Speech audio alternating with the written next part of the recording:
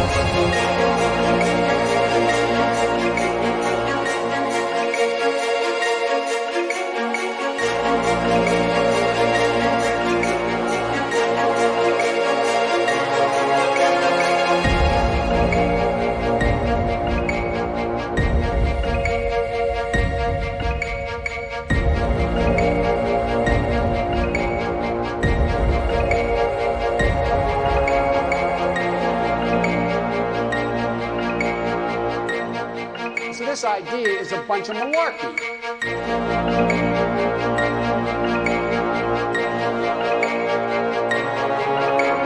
This little light of mine, I'm gonna let it shine.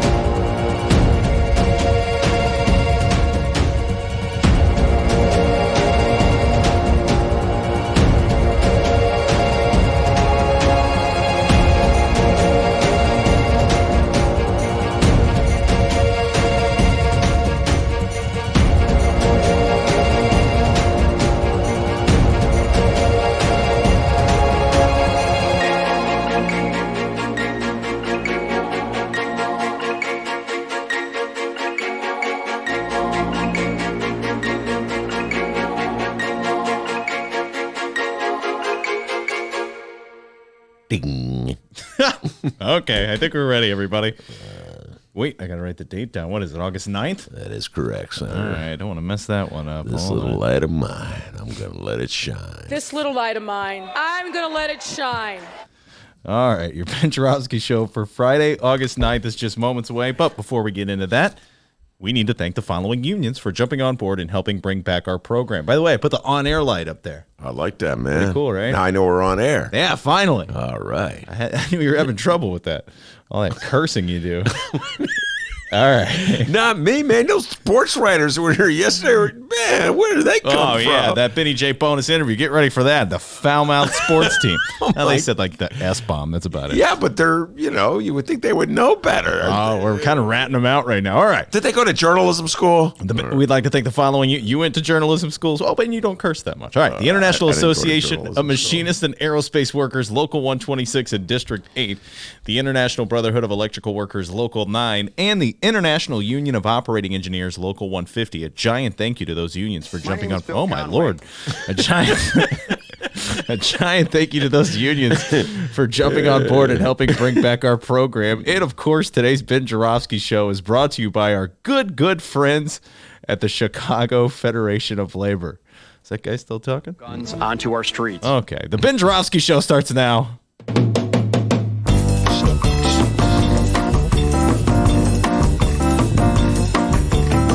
It is Friday, August 9th, and live from the Chicago Sun-Times Chicago Reader Studio on Racine Avenue, this is the Ben Joravsky Show.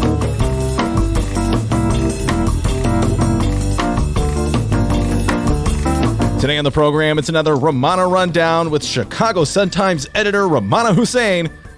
It's the return of Jacob Kaplan and Dan Pogoszelski, the Illinois political know-it-alls.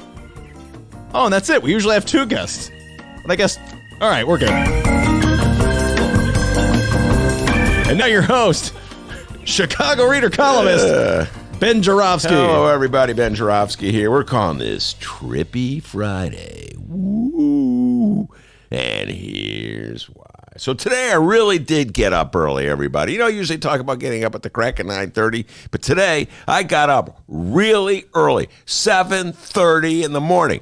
Now, already, Dr. DJ, Ben, in Alton, we get up at like 5 and go fishing. Yeah, all right, well, it wasn't Alton time, but it's pretty early for me. We do not do that in Alton. Wait, which part? Getting up early or going fishing? Both.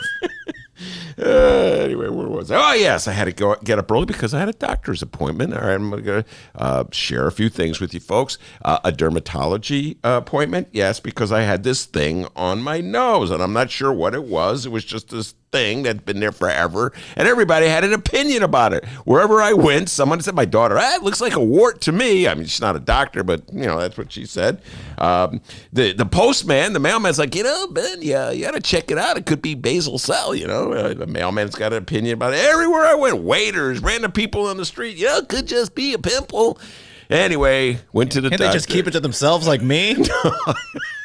Dr. What D. the hell's that on your nose? Yeah, I better not ask. One time I left the room. I came back early. Dr. D was with Lee, and did you see that thing on his nose? Oh, wait. Sorry, Ben. I didn't see it come in there.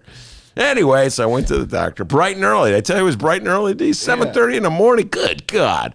No, I actually didn't take the train. I rode my bike. But anyway, get to the doctor's office at dermatology. Said, you're going to have to do a little test on that baby. So here's what we're going to do.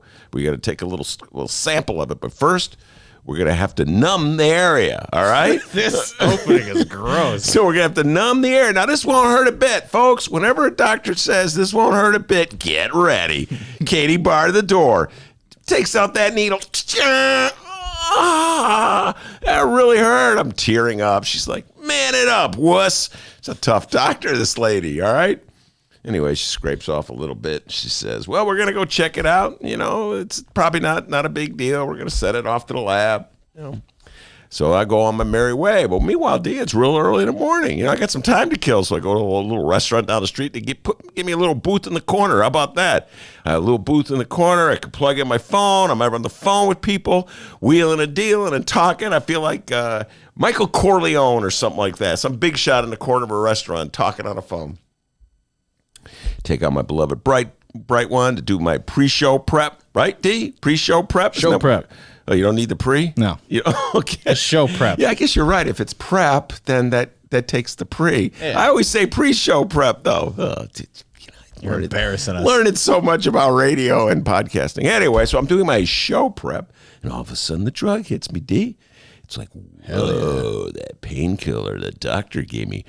Ooh, it's some trippy stuff, man. I'm reading these articles. It's like, is it the drugs? Or have I read these stories before? For instance, front page story, Trump talking about letting Blago out of prison. Haven't we been talking about that for like years, it seems like, D? You know what I'm saying? Like, have I read this before? I turned the page. Lori Lightfoot going to give a speech about the budget. Apparently we're $1 billion in the hole. Going to have to raise all kinds of taxes. They always do this, folks. As soon as they get elected, that's when they discover that, huge budget crisis left over from the last mayor. That terrible last mayor. Yeah, well, in this case, she was absolutely right. It was a terrible last mayor, and I'm going to have to rectify it because that gives them 3 years, D, to jack up your taxes. You're saying terrible last mayor. What did you think? I thought you were saying terrible ass mayor. Well, that too. Good God. Terrible ass mayor. I'm smart, you're not. Anyway, that mayor, you remember that one, remember? The guy who figured everything out. So she's going to have to raise that. Like, wait a minute. I read this story before? It's like, ooh. Next thing I know, I half expected to turn the page and see that Lori Lightfoot's proposing to sell the parking meters. Oh, wait. That was the last mayor. And then, of course, the last mayor reaffirmed that deal. Folks, to get through this, I'm going to need more drugs. We got a great show today, everybody. Yes, indeed. Romano Hussein will be here, and it's Romano Friday. Romano's got a lot of stuff to talk about, a lot of local news, a lot of criminal justice news in the paper today to talk about with Romano Hussein. It's the Romano Rundown. What did I say? Romano Friday. Oh, that's my... The drugs, man, the drugs. Hear what I got to work with today, guys? Good Lord. But I do like that you put the on-air sign over there. Pretty cool, right? Yeah, you're really making the room look a lot. By the way, do we already miss Leah or what? Oh, man. I miss her, yeah. Already. Good. When's Miles coming back? God dang these kids, you know. Anyway, and then the political know-it-alls. They know more about politics than anyone alive, except for the other political know-it-alls. We have the South Side political know-it-alls. We have the Northwest Side political know-it-alls. We got the Heartland Mamas from out in the suburb know-it-alls. A lot of political know-it-alls in this show, D.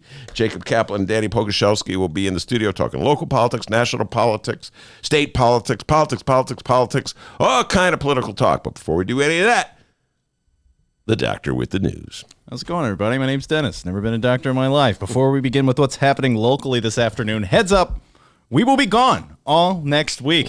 Ben's going on vacation with his family. I'll be back in the 618 with my family. That'll be interesting. We'll be back on Tuesday, August 20th, with a brand new Benny J show. Ben, you looking forward to the vacation or what? Absolutely. Oh, yeah? What are you going to do? Nothing. Oh, yeah? I'm going to lie around and read a book. Fix that nose, get it all worked up, the get nose, it healed. Man. You're like, how about the Band-Aid? Huh? You like the Ben's Band-Aid? got a Band-Aid on his nose. Yeah, so the doctor said, whatever, you got to wear a waterproof Band-Aid if you go swimming. So I'm going to have to wear the waterproof Band-Aid. All right, now on to the news here. Chicago Mayor Lori Lightfoot. This little light of mine, I'm going to let it shine. Chicago Mayor Lori Lightfoot was at the Chicago Commons Naya Family Center on Monticello Avenue to encourage families to enroll their 3- and 4-year-olds in Chicago early preschool program. Ben, what do you think about that? I think it's a good idea. Absolutely. And get those kids in there learning early, at an early age. And, because there's obviously, this is an obvious point. Kids who come from families where the parents are really reading to them and encouraging them to read have a big advantage over kids who don't. So we have to do, as a community, have to do what we can to get everybody as much as possible to the same part of the starting line. You never know what potential and talent kids have, you know what I'm saying? And if it's not developed, then people aren't looking for it.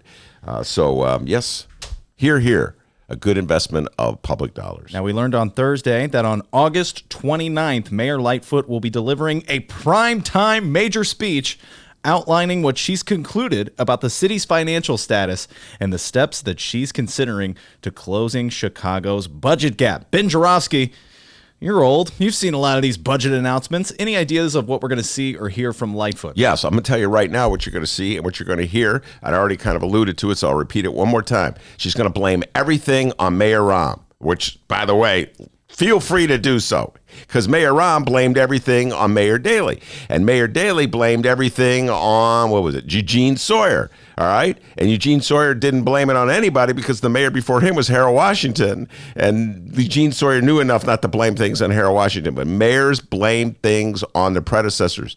Rahm was in office for 8 years, and he was still blaming Mayor Daley for everything that was wrong. What he never pointed out, of course, is that he supported Mayor Daley every step of the way. In fact, he probably still would be supporting Mayor Daley if Mayor Daley didn't say, you know what, I'm out of here. I can't take another day of this job. And then, at which point Rahm got to cut the deal with Bill Daley and Obama, and they ushered him in, folks. That's how you get, that's democracy in the city of Chicago. And once he's in office, he started blaming Mayor Daley, although he didn't name Mayor Daley. Remember that? He was afraid to name Mayor Daley. Talking about my predecessor. Like, who is that, Rahm? I'm smart. You're stupid. Don't ask any questions. So I'll be curious to see if Lori Lightfoot, when blaming her predecessor, actually names him. I mean, she doesn't have any love for Mayor Rahm, so maybe she will name him. But generally, if she follows the Rahm playbook, she won't name her predecessor. She'll say that the budget deficit is far greater than anybody ever told you before, and she'll take credit for figuring it all out, saying that her team of forensic accountants and budget wizards have gone through every single little crease and crevice of the budget and discovered that it was worse than it was before. Okay, so that's what she's going to tell you, folks. It's worse than it was before, and it's all the previous mayor's fault. So that's what she's concluded. That is what she's concluded, and that's what she's going to say. You can take that to the bank, ladies and gentlemen. All right, and speaking of you being old and seeing a lot of these budget announcements, before today's show comes to a close, and with the help of our 2 o'clock guests, the political know-it-alls, Jacob Kaplan and Dan Pogoszelski, Ben Joravsky is going to tell us, in his humble opinion, and in all of the city's history, Chicago's best budget plan idea and Chicago's worst budget plan idea. I have to come up with the best? Yeah. Oh, that's hard. Worst is easy for you, huh? Yeah, well, no, they're different. The challenge is different in different ways. Okay, let me explain. All right. The worst, there's so much competition, so it's going to be hard to figure out like one that's worse than the other. The best is there's such little competition, so it's going to be hard to find anything that could vaguely fit that category. So it's an exhausting process. I'm going to have to take more medication. Where's that doctor when I need her, all right? So that's going to be a tough challenge, D. All right, we went to both Ben Joravsky Show Facebook and Twitter pages and asked you the same question. With the announcement from Lori Lightfoot coming August 29th on a budget plan, what do you think the best Chicago budget plan idea is, and or the worst? We've had some people weigh in. You go weigh in later on in the program. We will. So do you want me to offer anything right now? No. Or we just hold off? No, just hold off. Hold off. Is this what they call in radio holding off? Yeah. I guess that's what it's called. Yeah. At Benny J Show, BENNY, the letter J Show on Facebook and Twitter. Otis weighed in. He said, what do people expect her to do? She has to raise taxes so services aren't interrupted. It's a tough job. Yeah, it is a tough job. Absolutely. And it's particularly considering the mayor before us did such a terrible job at the job. So, yeah, I listen, man. She wanted the job, Otis. She got the job, and it's some tough choices. But that's why they do it early in their term, because they have 3 years to get over the sting of the first budget hike. And then you watch, if she runs for re-election in 3 years, she'll say, I solved all the problems. That's always the best budget, when they're running for re-election. No need to raise taxes because I solved all the problems.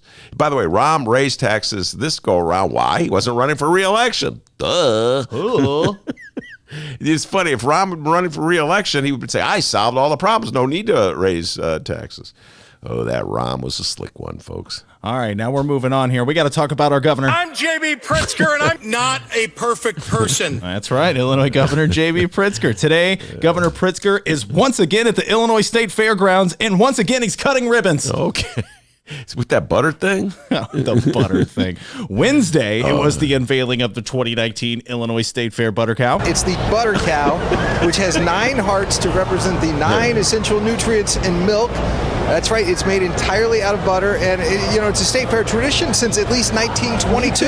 Wow, 1922. All right. That's probably the last time we'll play that clip. Oh, but come damn, that's on, fun. man. Damn, that's fun. Well, if it ever comes up again, I'm not sure why the butter cow would ever come up again. But today, Pritzker is cutting the ribbons at the newly renovated Coliseum and the Conservation World exhibit. He will then channel his inner Lori Lightfoot and speak at the County Fair Day Luncheon. Oh, yeah. Lori Lightfoot loves luncheons, guys. Yeah, I think JB loves a luncheon every now and then himself. All right. Thursday was the debut of Governor Pritzker's new gambling guru. Remember, we've been talking about this feller. But, please don't get it twisted, all right? I know gambling's fun and all, but this guy's all business, okay? Seriously. His name's Charles Schmidecki. Okay. He's the newly appointed Illinois Gaming Board chairman, and he spoke at his first board meeting Thursday at the Michael A. Bolandic building. The following comes from the Chicago Sun-Times in one Mitchell Armentrout. Newly appointed Illinois Gaming Board chairman Schmidecki pledged Thursday that regulators, quote, will not compromise on issues of integrity as the state is poised to go all in on its unprecedented gambling expansion. We have quotes here from Schmidecki like this one. Quote, in ordinary times, our work would be challenging, but these are not ordinary times, said Schmidecki. Very serious guy. Yeah. Last week, Governor J.B. Pritzker tapped Schmidecki to serve as the face of the agency, currently tasked with licensing and overseeing Illinois' 10 existing casinos and nearly 32,000 video gambling terminals. We have some more stern and serious quotes to read from Schmidecki. Let's go ahead and do that. Quote, we are facing a large expansion of the gaming industry in the state, including the Chicago casino. And as we undertake our challenges, let us remember that the goal of this expansion was threefold: assisting economic development, promoting Illinois tourism, and increasing state and local government revenues. Yes. All right. Well, I don't know if he did them in ascending or descending order, but the reality is the last point is perhaps the most important point, and that's raising money for state and local government. Folks, that's what this is all about. They're constantly looking for ways to fund government because we are apparently incapable of coming up with a progressive tax that would be a little more fair, a little more equitable by making people who make more money pay a greater share of the bills. And in the state of Illinois, we have flat income taxes. You know, we talk about it all the time on this show. And for education, we're dependent on the property tax, which is a regressive form of taxation. I don't know if you can get any more regressive than expanding gambling. Generally, the people who do gamble probably can't afford to gamble. It hits everybody the same if they're wealthy or they're not wealthy. The whole thing is set up to make you lose, to guarantee that you're going to lose, and so that the gambling casinos make money and that the state and the city get their cut, if you will. And this is a big-time expansion of gambling. In the same Sun-Times stories, are you going to be reading this, the numbers here, or should I Go ahead. Go ahead. Among the substantial tasks facing the board are licensing 6 new casinos, including a 4,000 gaming position giant in Chicago, plus a new racino in the south suburbs, which is a racing, but I forgot, racino is casino and racetrack, and nearly doubling the positions at most other casinos to 2,000, adding even more video gaming machines. So adding more video gaming machines to the mix. Folks, they're really trying to finance government by sticking it to the people who are addicted to gambling. I got mixed feelings about this. The libertarian in me says, what the heck? People want to gamble, let them gamble. But on the other hand, I can't think of a worse way. Well, there's probably worse ways, but this is one of the worst ways to raise the money to pay the bills. It was so funny. I urge everybody to check out the interview we did the other day with Willie Wilson. Willie Wilson was in the studio, former mayor Willie Wilson, and now Willie Wilson. Mayoral candidate. What did I say? Former mayor. Oh my God! I'm like Joe Biden. I'm tripping over. My defense is under medication. But yes, former mayoral candidate Willie Wilson. He was not elected mayor. Thank you for that, D. Anyway, so he was in the studio, and his latest crusade is reparations. He believes that there should be reparations to African Americans, descendants of slaves, and he's also basically a Republican. And I had Monroe Anderson in the studio with me, and we were both grilling him. Willie, how are you going to pay for reparations? You going to take back that tax cut that Trump imposed? No, we're not going to do it. How are you going to raise the money to pay for reparations? How are you going to raise the money to pay for anything? Well, the state of Illinois has decided that they're going to expand gambling, and they've dumped things on Charles Schmadecki. He's the guy who's got to figure out how to do this with doing it as legally as possible, as cleanly as possible, as ethically as possible. It's the state of Illinois, folks. It'll be an interesting experiment. Schmadecki, who previously served as a top legal aide to 4 Illinois attorneys general and a controller before going into private practice, said keeping public trust, quote, is in the credibility and integrity of gambling operations was paramount. He also says maintaining that confidence must undergird everything we do. Achieving and preserving the integrity of the gaming industry in Illinois will be at the heart of my tenure on this board.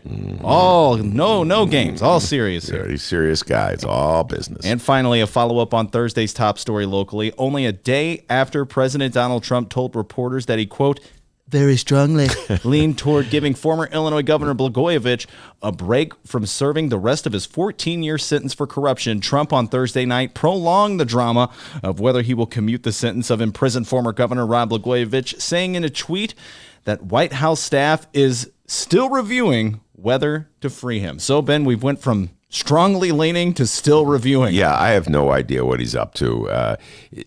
The general consensus, well, there's two ways of looking at it. One, he's either a lunatic and just says whatever comes to his mind and then just forgets it the next day. Or then there's, who is it, the one that presents Trump as the great chess master who's always a step ahead of us? One of our guests always says, he's playing chess, Ben, and the rest of us. Who was that guest that said that, D, that has the great love for Trump? Do you remember who it is? Not that he loves him, but he thinks he's so smart. Anyway, so it's like for some reason, he did this so he could divert attention from, I don't know, pick your choice of things that he would want attention diverted from. Who knows what he's really up to? But I urge everyone, I've made myself pretty clear on this subject. I do believe that Rod Blagojevich should be released from prison. I believe that he's been in, 7 years? That's long enough for the crimes that he did. If you want to read a different point of view on this, I urge everyone to check out Mark Brown.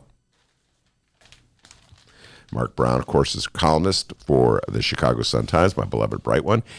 He writes a column called Political Matters. Today's Bright One on page 5, if you still have a newspaper, or if you're just going to, do it the millennial way, read it on your phone. But Mark Brown offers a different point of view on this about Rod Blagojevich. Definitely he's upset with Trump for some of the comments Trump made about the prosecutors. It's absolutely clear that the only reason Trump cares about Rod Blagojevich is that he's using Rod Blagojevich as sort of like a larger tool in his battle with prosecutors, and basically saying he was a victim, Rod Blagojevich, I'm a victim. So the more I think about it, D, it's better off for Trump to keep Blagojevich in prison so he can keep saying, yeah, he's a victim, just like poor Blagojevich is like thinking, he's going to let me out of prison. Trump's like, I need you in prison. So then every now and then I could say, he's still in prison. I'm thinking about commuting him. So, you think Let's picture him with his bags all packed. All right, wait, what? Oh, damn it. Unpacks his bags Donald again. Trump. Yeah. But he's smart. Rod, he's smart like a fox. He's 3 steps ahead of us all. Now, we quoted a few of our top political leaders in Illinois on their thoughts of the Blago news, and it seems like all of them are against the idea of releasing Rod Blagojevich early. We read Pritzker's thoughts on Thursday. Yeah, he basically said that Trump has bigger things to worry about. But now we have Mayor Lori Lightfoot's comments on an early Blago prison release. Mayor Lightfoot said Blagojevich, quote, disgraced his office and urged the president to not act on a whim. Lightfoot, too, called Trump's repeated mention of commutation for Blagojevich, quote, dangling the carrot in front of the Blagojevich family, which frankly is pretty cruel given how both the wife and daughters have been devastated by the incarceration of the former governor. Lightfoot goes on and says, quote, the governor disgraced his office. He's one of the few governors in the history of the country that's been impeached, and he didn't take seriously the incredible magnitude of power in which he held. She goes on to say, and I'm not sure that I've ever heard any contrition on his part. I would like for the president not to be ruling on these very important decisions on a whim. Basically, somebody knows something he thinks wasn't fair because that really does undermine the rule of law. There's a very specific process for which these decisions have historically been made, and he needs to follow that process. All right, let me just break that down a little bit. Number one, let's not forget that Lori Lightfoot was a federal prosecutor, so she's always going to have some sympathy from the prosecutors who threw Blagojevich in prison. Let's face it, that's sort of her view of the world. In terms of dangling the carrot, it's an interesting thing where she talks about how cruel it is what Trump is doing to Blagojevich family.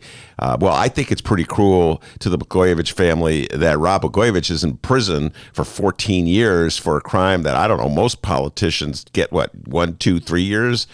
So I think that's pretty cruel to them. I do agree with her. I just got finished saying this. I do think that Donald Trump is using Blagojevich and using the Blagojevich family for his own ends, for his own means. And so he's probably content to have Blagojevich stay in prison for the remainder of his tenure in office, Donald Trump's tenure in office, so that every now and then he can talk about letting him out. So that is pretty sleazy of Donald Trump. I agree with Lori Lightfoot there. But the real issue here, in my humble opinion, was that punishment warranted for the crime? 14 years. There's things that Rod Blagojevich has some talents. And, he's a lawyer. He's a pretty knowledgeable guy. Again, I always feel compelled to say this. I had a lot of issues with Rod Blagojevich, and we were not by any means close. I still don't think he's ever returned a phone call of mine. He comes from the Mel family, and I've been feuding with the Mel family for many years, going back to the 80s as a columnist for The Reader. But I do think 14 years is too much for the crimes that he committed. He's already served 7 years. So I don't know how much contrition is involved here. I don't know how much research is involved here. If you start with the conclusion that I've reached that 14 years is too much, then what do you need contrition for? You have to you could let him out right now. So Donald Trump has gone from strongly leaning to still reviewing the early release of former Governor Rod Blagojevich. We'll keep you posted as soon as Donald Trump says, never mind, I'm not doing that. I got a feeling, D. I just figured that Donald Trump's like, I keep him right there. Every now and then I'll talk about letting him go. And, Trump always just include. I really do urge everybody to read Mark Brown's column because it's what Mark Brown does is he zeroes in on the game that Trump is using, where Trump is trying to liken Blagojevich to himself as victims of prosecutors who have just lost all restraint and lost all control and are breaking the rules. And he throws James Comey into the mix, former head of the FBI. James Comey had nothing to do with the Blagojevich prosecution, Mark Brown points out. And he calls Donald Trump calls the prosecutor sleazebag. Mark Brown comes to the defense. So a different perspective from Mark Brown on Donald Trump and Blagojevich. I urge everybody to read his column. All right, we have some budget plan ideas to read on both Facebook and our Twitter pages. Let's go ahead and read them here. The question posted on both Ben Joravsky Show Facebook and Twitter pages at Benny J Show, BENNY, the letter J Show. In all the Chicago history that you can remember, what was the best and or worst budget deal plan? We first go to our Facebook page. Darlene has weighed in. Mm-hmm. Darlene says, when the city started the lottery years back, stating that a percentage would go to the educational system, and look at it still, no one ever said if monies ever went to the educational system. Yeah, I would substitute the word state for city, and she has a very good point. All right, on to Tara. Tara weighed in. Tara said, start with that pot of TIF monies. Set up a separate fund from the proceeds of legalized marijuana to pay pensions and education costs. Don't allow it to morph into what happened to the lottery and education. She's, saying her thoughts for August 29th. She's pretty good, that Tara. She knows her stuff. All right, onto the Twitter page, at Benny J Show is where you can find us. Dennis weighs in. Oh, I'm sorry, Dennis R04010724. Oh, okay. On Twitter. Well, that Dennis as opposed to the other one. Yeah, I'm just Dennis. All right, so Dennis weighs in and says the worst would have to involve daily selling assets to pay for wrought iron fences and enrich friends and distant relatives. Man, this dude, he knows his stuff. I'm not allowed to give what was on my list because you've sworn me to silence. It's coming up later on. Coming up, but it's very close to what the other Dr. D, the other Dennis had to say. Oh, the other Dennis. Yeah, he's a smart guy. Seems way smarter than me. And finally, Hamilton on Twitter says, Ben, get relevant, huh? Customer's always right, huh? Hey, customer is always right, D. You know what, Hamilton? I'm going to get relevant. I'm going to go listen to this, I don't know, like a rap song. How about that? I'm going to get relevant. There you go. I'm going to get on Twitter. That's what I'm going to do, Hamilton. There you go. Get relevant, would you? Relevant. Good Okay. Lord. Listen to Hamilton. My God. I've been trying to tell him that for years, Hamilton. Hamilton, it's hard. That's a hard one. Get relevant. Okay. Keep your comments coming at Benny J Show, BENNY, the letter J Show. By the way, his last name, JORA, V as in victory, SKY. The question, once again, in all the Chicago history that you can remember, what was the best and or worst budget deal plan? Comment below, and we'll be reading your comments on today's show. And hey, Ben, can you feel, do you notice something's in the air? Something? You feel it? Oh, yeah. Does it feel like football? Yeah. Oh, it's almost football season, Okay. which means that the best sports reporters in Chicago from the Chicago Sun-Times want to offer you, our listeners, an exclusive deal on unlimited digital access to all of the stories you love. Don't miss a game this season. Get all the big plays, scores, and stories from the Chicago Sun-Times. For a limited time only, you can lock in our lowest rate yet, only $29.99 for a full year of all the news and sports that you need to know. Stay up to date on breaking stories, get the deep dives and investigations from Sun-Times reporters, and go deep inside City Hall with best-in-class political reporting. And, of course, cheer for the big games with the best sports team in the city, because football season's coming. $29.99 for a full year of unlimited access. You cannot do better than that. Take advantage of this exclusive deal now at suntimes.com/Ben. We got Romano Hussein in studio. And coming up after this short little break, people, we are going to do this week's Romano Rundown. Don't go anywhere. It's the Ben Joravsky Show live from the Chicago Sun-Times.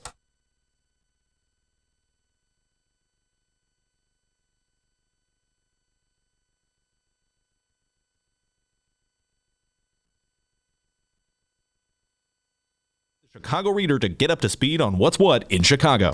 Culture, food, arts and entertainment, weekly concert listings, weekly event listings, the environment, travel. I can continue, but you get the point. And for all of you Chicago political junkies, raw weekly columns on real city politics from Maya Dukmasova and our very own Ben Joravsky. The Chicago Reader, free to the public in newsstands throughout the city and online at chicagoreader.com. Read it now and be a more informed Chicagoan. Today's Ben Joravsky Show was brought to you in part by Chicago Architecture Center. Discover the breadth and majesty of Chicago's architecture on a Chicago Architecture Center bus tour. From bungalows to Bauhaus, our expert docents will share the fascinating stories behind our city's architecture. Book your tour at architecture.org/tours. Now, if you'll excuse me, I'm actually on a bus tour right now. Oh my, look at that wonderful piece of architecture. Get a special discount for Illinois residents from July 15th to August 15th. All Illinois residents get 50% off select walking tours. Visit architecture.org/IL-resident. What are the stakes at this stage of the campaign? Because we're still 16 months away from the election. We're still 6 months away from the first primary. What do you think of having debates this early?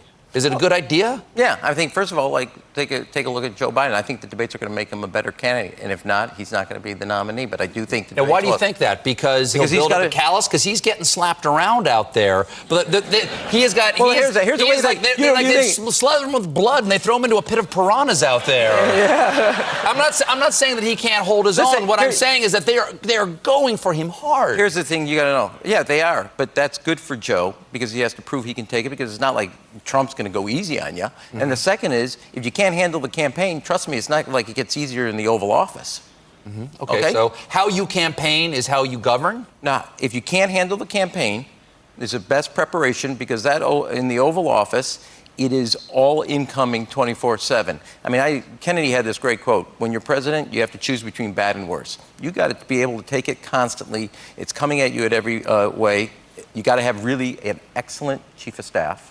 Really good chief of staff. That's number one, okay?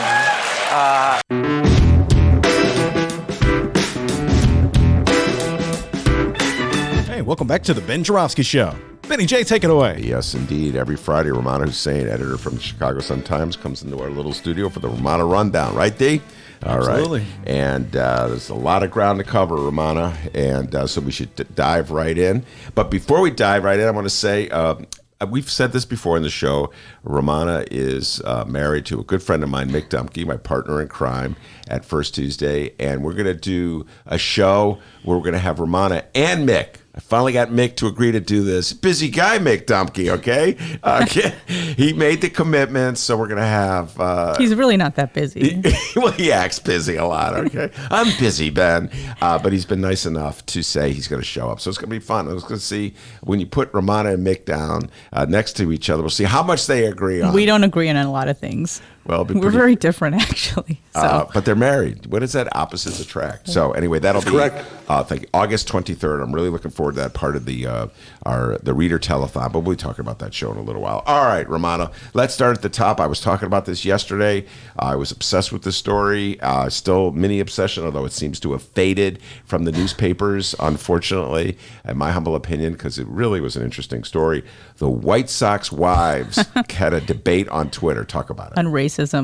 I was going to say, as a Cubs fan, I just focus on racism-related issues to the Ricketts and anything Cubs-related. But I actually didn't know. I saw a story online the day before we had this story about the wives of the Sox and former White Sox player in the Sun-Times. I was sitting in the newsroom and we were talking about it. And I'm like, what exactly happened? I go, no, there was some sort of back and forth. And it, our Chris Fusco, our editor-in-chief, is a Sox fan. He's like, it's, the conversation that was happening, the back and forth that was happening is basically reflecting the viewpoints we have in this country right now, or, arguments people have. And so I went back and read the story. I'm like, I guess I should read the story. So I did. And basically what it was Bria Anderson, who is the wife of Tim Anderson, who plays for the White Sox. I think is he a shortstop? Very good. Your knowledge of baseball is astounding. Yeah. And she basically she has a she does a lot of anti-violence group. She has a group that I think is based in Chicago and another state, and I'm forgetting which one. But she talked about, with the shootings in El Paso and Dayton, she mentioned how, she talked about gun violence and white supremacy and, how that this is a growing problem. And then after that, the wife of a former White Sox player, her name is Elizabeth Swarzak, she said, well, what about black people killing each other in Chicago? And, that started a back and forth between the two women. And now this third woman, who is also married to a White Sox player, her name is Ariana Dubelko Giolato. Yeah, her husband's a really good pitcher. Okay. You can tell she's a Cubs fan. Lucas is one of the best pitchers in the American League, but go ahead. So I should say Bria Anderson is African American. Elizabeth Swarzak, from what the pictures I've seen, is white. And Ariana Dubelko Giolato, is that how you pronounce her name? Giolato, is also white. And so Ariana Giolato, is the one who screenshot those conversations and made it public for everyone to see. And, the conversation, like I said, that, was going on between Bria Anderson and Elizabeth Swarzak is kind of commentary that people see often, especially people of color, when a lot of African Americans bring up white supremacy and the violence. People go, well, what about black people killing each other? And these are basically apples and oranges. And then the wife of the former White Sox player, Swarzak, she started talking about, like, she was getting offended, and she mentioned that this is racist against white people. And then she kind of went after Bria Anderson and the work she did. She goes, oh, I guess it's great that you give these kids 10 minutes of joy in their life, and they go back into this horror pit that is Chicago. And then and then we talked to the Giolato, and she said that, I think she might have commented during the back and forth, and she mentioned, because I think Swarzak also started talking about crimes committed by immigrants. And that kind of opened another can of worms. And Giolotto said, well, half of the players in the Major League Baseball are immigrants. And I think she talked to our reporter, Nader Issa, and she had said that she was disappointed and disgusted by Swarzak. Ariana Giolotto. I hope I'm pronouncing all these names right. Just say Ariana. Yeah, Ariana. Just go with the first Ariana. names. Yeah. And the sad thing is, like, you know, the story's been touted as the wives of the White Sox. I mean, these obviously are women who are independent of their own and have their, you know, own way of thinking things. And it just happened to be wives. No, of the White Sox wives players. was the headline. I know. Wives And I going guess at it. I know. That's why I was just like, what is this story? It's so weird. But it was interesting. And, you know, a lot of people were commenting on how these conversations are very commonplace in social media. I mean, I've seen commentary like that. Like if someone that I know comments, or somebody that I grew up with that's Muslim will say something about, you know, the shootings, and then they might have a friend who thinks differently, who's not from this community, and they'll talk about, well, I don't see you condemning crimes when they happen in Egypt, you know. So that's very common. I think for a lot of African American people in the community, whenever they do mention white supremacy or the shootings, you know, the mass shootings, people do always bring up, and that's a very common thing. Well, what about black and black crime? I've taken it one step further. Whenever a black person, a prominent black person, dares to criticize Donald Trump on any issue, so it could be a congressman, a congresswoman, criticizing him on his policies of taxation, his policies, foreign policy, any issue. Donald Trump's hits him hard comes back with, you come from this hellish community. Yeah. Why don't you concentrate on fixing your community? And that has become a common refrain. And, you know, Romana, I think about where we are as a society right now. Where it's always a little tense. I'm not saying it didn't start with Donald Trump. No. But it's really difficult to have anything approaching like a rational, humane discussion about all the many problems we have when you can't even start with acknowledging some of the basics like the history of race relations in our country, slavery, Jim Crow, etc. When it becomes, well, why don't you just worry about cleaning up crime in your neighborhood? Don't look at us. Yeah. You know, I just think it's a very knee-jerk kind of reaction to people who aren't from that community. Whenever there's a person of color, especially African Americans, always like, well, what about black people killing black people? That's very common. I'm saying for me, as someone who's, you know, part of the Muslim community, if we say something or if someone brings up, you know, a crime that was committed by a mass murderer, they're like, what about this? And then, you know, they'll start writing all these different terrorist attacks that were committed by people who call themselves Muslims. So it's interesting. Like that always is like, well, what about this? What about that? As if everybody's responsible for that one person. Like, you know, and I'm just saying that, you know, the woman, Bria Anderson, she was just talking about white supremacy and gun violence. Like one doesn't have to do with the other. And it's not like she's not, you know, she does anti-violence work. Yeah. It's not like she's not aware of the, you know, any sort of problems that are in, you know, these communities that Swarzak is talking about. She works on this problem. And it's just interesting, you know, how one thing becomes something else. So people get so sensitive. And you know, white supremacy is a problem. I mean, there was just an AP story that just said, you know, the suspect in the El Paso shooting admitted he was looking for Mexican people to shoot. And for someone to acknowledge that white supremacy isn't a problem, I think most of the terrorist attacks in this country, I mean, people think terrorists and they think people that look like me, but most terrorist attacks in the country are carried out by people who are white. Yeah. I mean, it's a problem. You know, I'm just saying you can't pretend that it's not happening. You know, as soon as I heard the El Paso shooting in Walmart, I knew what it was. I didn't even before I read the story, before I know it's wrong for me to make two conclusions, but I was telling my husband, I said, that guy was looking for Mexicans. I told Mick, I'm like, you know, a lot of people who are immigrants or people of color go to Walmart and mix, like, so do Trump supporters. I'm like, yeah, but this was in El Paso. I know exactly what the guy was. And it turns out that that's what the alleged motive was. Yeah, by the way, this is just a little flavor, folks, of what you're going to get when Romano and Mick show up at the show. Mick Dumke, just so you know something, I've known Mick for many, many years. And he's got that journalistic instinct. If you tell him something, he will immediately take the. Well, actually, he comes from a family of lawyers, so I think he learned this. Just one lawyer. His dad's a lawyer. I thought it's like a brother or something. No, a lawyer. Okay, no. Sorry, Mick. But anyway, it's that instinct to play the devil's advocate, to go the other. I argue a lot, but I just don't agree with him. It's like on a lot of things. We agree, we have definitely like.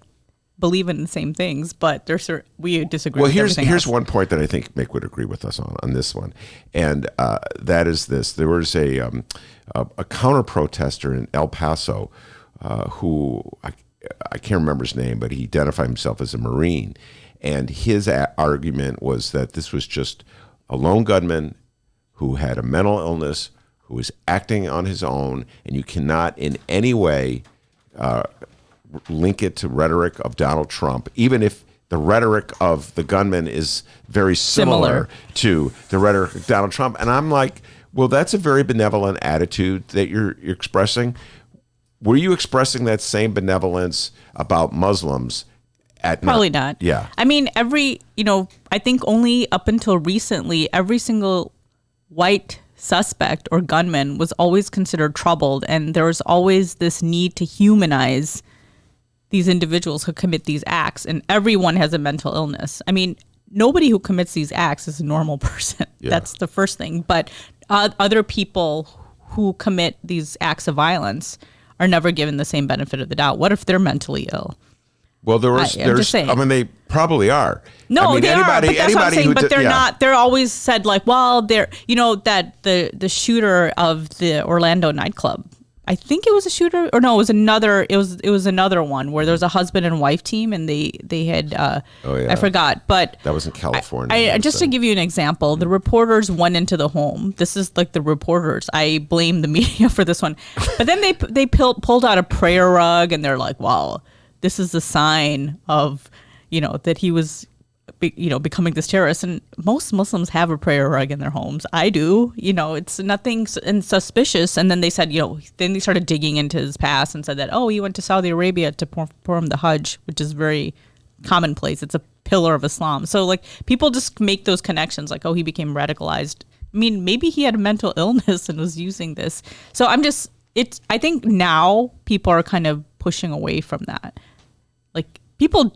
Not saying that the people don't have mental illnesses. There's definitely something wrong with them. But every time it's like a white male shooter, it's like, he had a mental illness.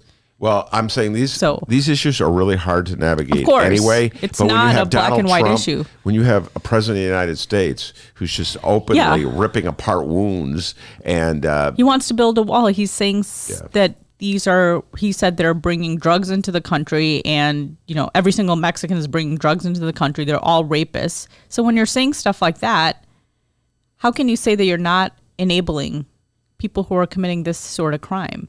I think the shooter in Dayton, Ohio had some sort, maybe in high school. I don't know if it was in high school when he was younger. He had a murder list, and I think it was a murder list and also a list of people he wanted to rape. And then, the Garlic Festival in California, they said the gunman had some sort of manifesto, and then he was trying to target certain religious groups. So you can't ignore these things happening so close in proximity and seeing who our nation's leader is. Yeah, and then. So I agree with you. Yeah, and then when the nation's leader goes to the city to heal, it's almost like a really dark comedy. Yeah, and nobody in El Paso. I was looked up and I saw the CNN screen last night, and the headline said that none of the injured victims wanted to meet with Donald Trump. So, and then I think a hospital staff member said that he showed no empathy as well when he was walking around, and because nobody wanted to visit him, I think they eventually just took a baby to see him because nobody wanted to see him. Wait, I missed this story. So was it a baby that was I don't know if it was a baby that was injured. It was just a headline that said that hospital staffer says Donald Trump showed no empathy. None of the injured wanted to visit him. I got you. Which makes sense. I mean, a lot of the victims were probably people of color or Mexican. Yeah. And it like I said, Donald Trump has never shown empathy ever. I mean, go back to when he went to Puerto Rico. I don't know if you remember that, to quote unquote comfort people in Puerto Rico, and he was mocking the leadership of Puerto Rico. There's a lot to be critical about the former governor of Puerto Rico. Yeah. He started throwing the towels at people. So this is not Donald Trump's strong suit, to put it mildly. No. All right, now as long as we're talking Trump, let's go to a transition to Blagojevich. Yeah, Blagojevich, one of my favorite topics of the day, and I'm going to be discussing this with my next guests as well, and the political know-it-alls. What's your general sense? I thought this was a reaction to Lori Lightfoot going after Ivanka. That's what I thought. I was like, he seems to when he doesn't like someone or something, and somebody says something critical to him, he's like, well, I'm going to do this. Because, so I thought it was kind of like after Lori Lightfoot went after Ivanka for tweeting about equating these crimes and then talking about the gun violence that happened in Chicago, and Lori Lightfoot said, well, she doesn't have her facts straight. And then, I don't know, it turns out Lori Lightfoot didn't have her facts straight either, but that's another story. Facts are tough. But I thought, I don't know, as soon as I'm like, it's kind of like that Rocky ASAP guy. Yeah. He wants to free him because Kanye is always like kissing his ass. Yeah. Oh, can I say that? Yeah, Sorry. Not only can you say it, you just said it. Go ahead. Man, everybody comes in this studio. Man. We had the sports writers, Madeline Kenny, in here yesterday. Man, they were just swearing like sailors. Oh, yeah, they were good. They were funny. Go ahead. So I just think that if someone's praising him, Kim Kardashian is the wife of Kanye West, and she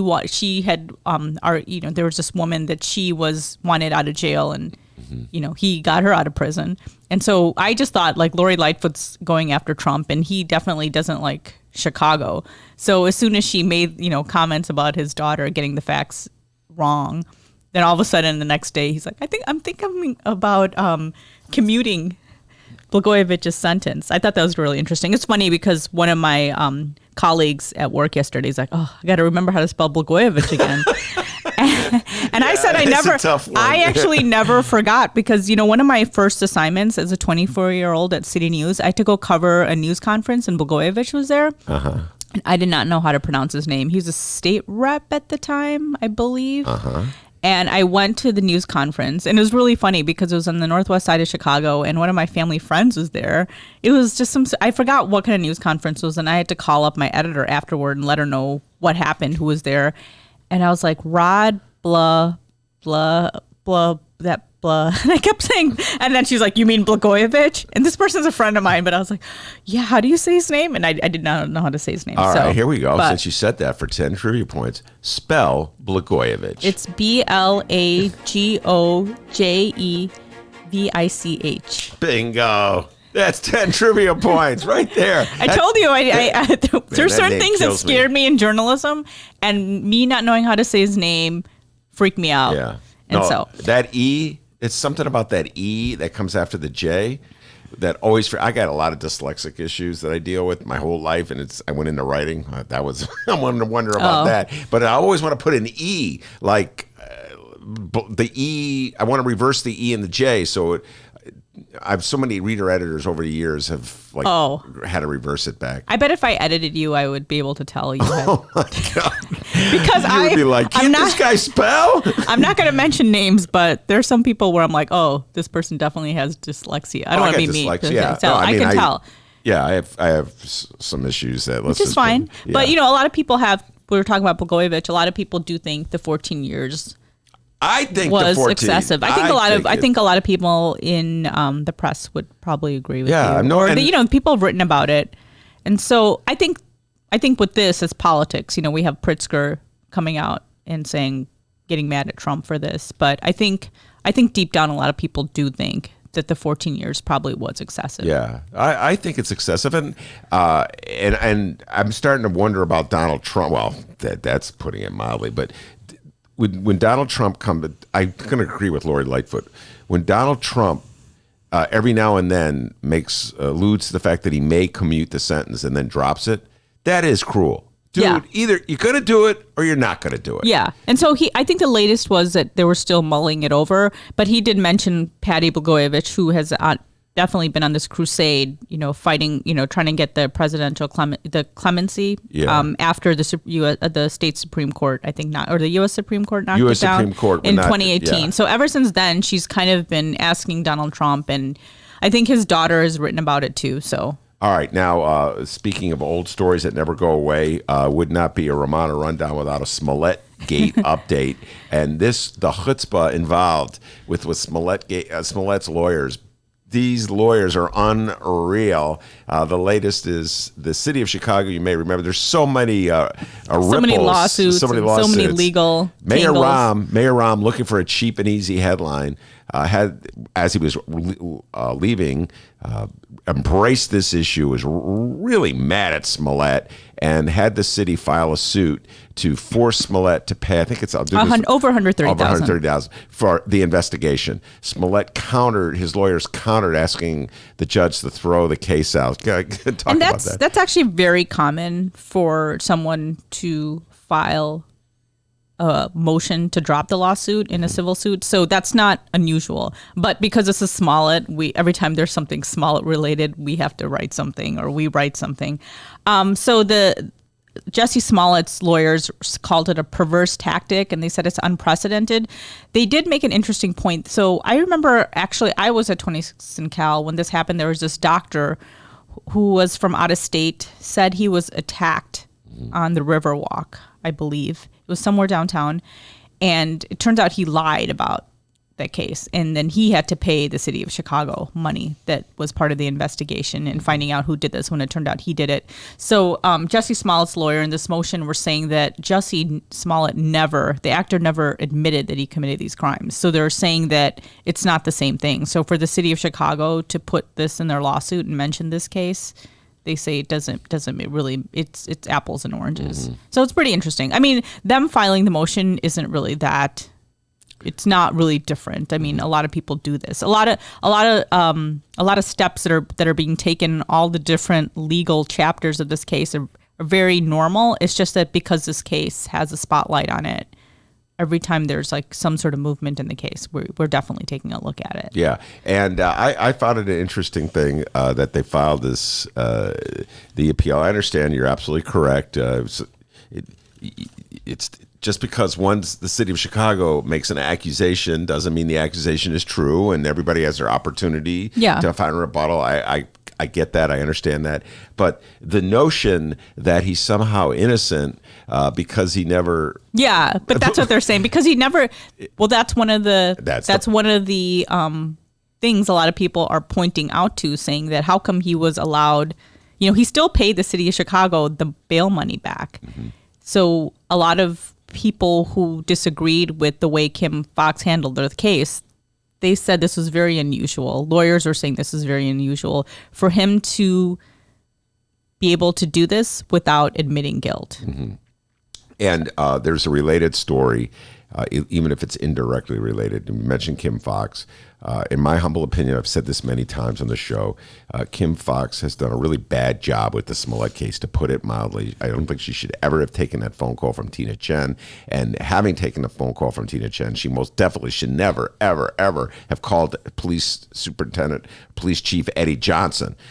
So she crossed the line, and as a result, we are where we are. That said, her opponents are using this opportunity to go after something far greater, and that is to destroy the whole movement for alternative sentencing, which is ironic since supposedly Donald Trump believes in alternative sentencing. It's so funny how the Republicans could speak out of like three sides of their mouth, not just two sides of their mouth. And so in today's Bright One, in today's Sun-Times, there was an article about the ongoing litigation from the John Burge torture trials, in which one person who was forced to confess, put in prison, and has been let out subsequently, has said that it's okay with him if Kim Foxx, the state's attorney's office, proceed. So it's a notion that on one front, Kim Foxx has done a good job. And let's give her credit where credit is due. Of course. On the whole issue of alternative sentencing and a more compassionate view to people who are victims of police torture. And it's being used, the Smollett Gate thing is being used to undercut that effort. Yeah, of course. And this case, I don't know if there was last month, the chief criminal courts judge, Leroy K. Martin Jr., he basically said that he's going to go back and see whether these Burge cases still need to be with a special prosecutor. And I think he's going to treat each case individually. So yesterday was the first case he gave back to Kim Foxx. And that case involved a man named James Gibson. He was charged in a 1990s double murder, which he said he didn't commit and said he was forced to confess to by being tortured by John Burge's underlings. And anyway, so he was granted a new trial. And like you said, he's out on bond. But his attorneys are seeking a certificate of innocence. So I think the matter is going back to the state's attorney's office. And what Leroy Martin was saying is that this case in the Burge cases in 2002 were all given to a special prosecutor, and they've been given to it's been switched. The special prosecutors have been switched since. And when Dick Devine was in office, the thing was that he represented John Burge. Let me just read this. Yeah. This is amazing. And this, folks, if you want to understand really what's at the root of all these struggles and this fight and why Kim Foxx has been so vilified. I'm just going to read this sentence from today's, and the great Andy Graham wrote this.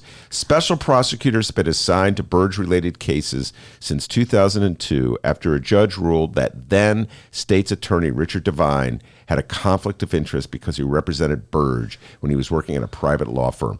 State's attorney Richard Devine represented Burge. He represented the policeman who was accused of torturing suspects. This is pause for a moment. Just think about that one, okay? But he was the state's attorney. Yeah, but then that's when the cases went to a special prosecutor. And the current special prosecutor that was handling the James Gibson case is Bob Milan, and he worked under Dick Devine.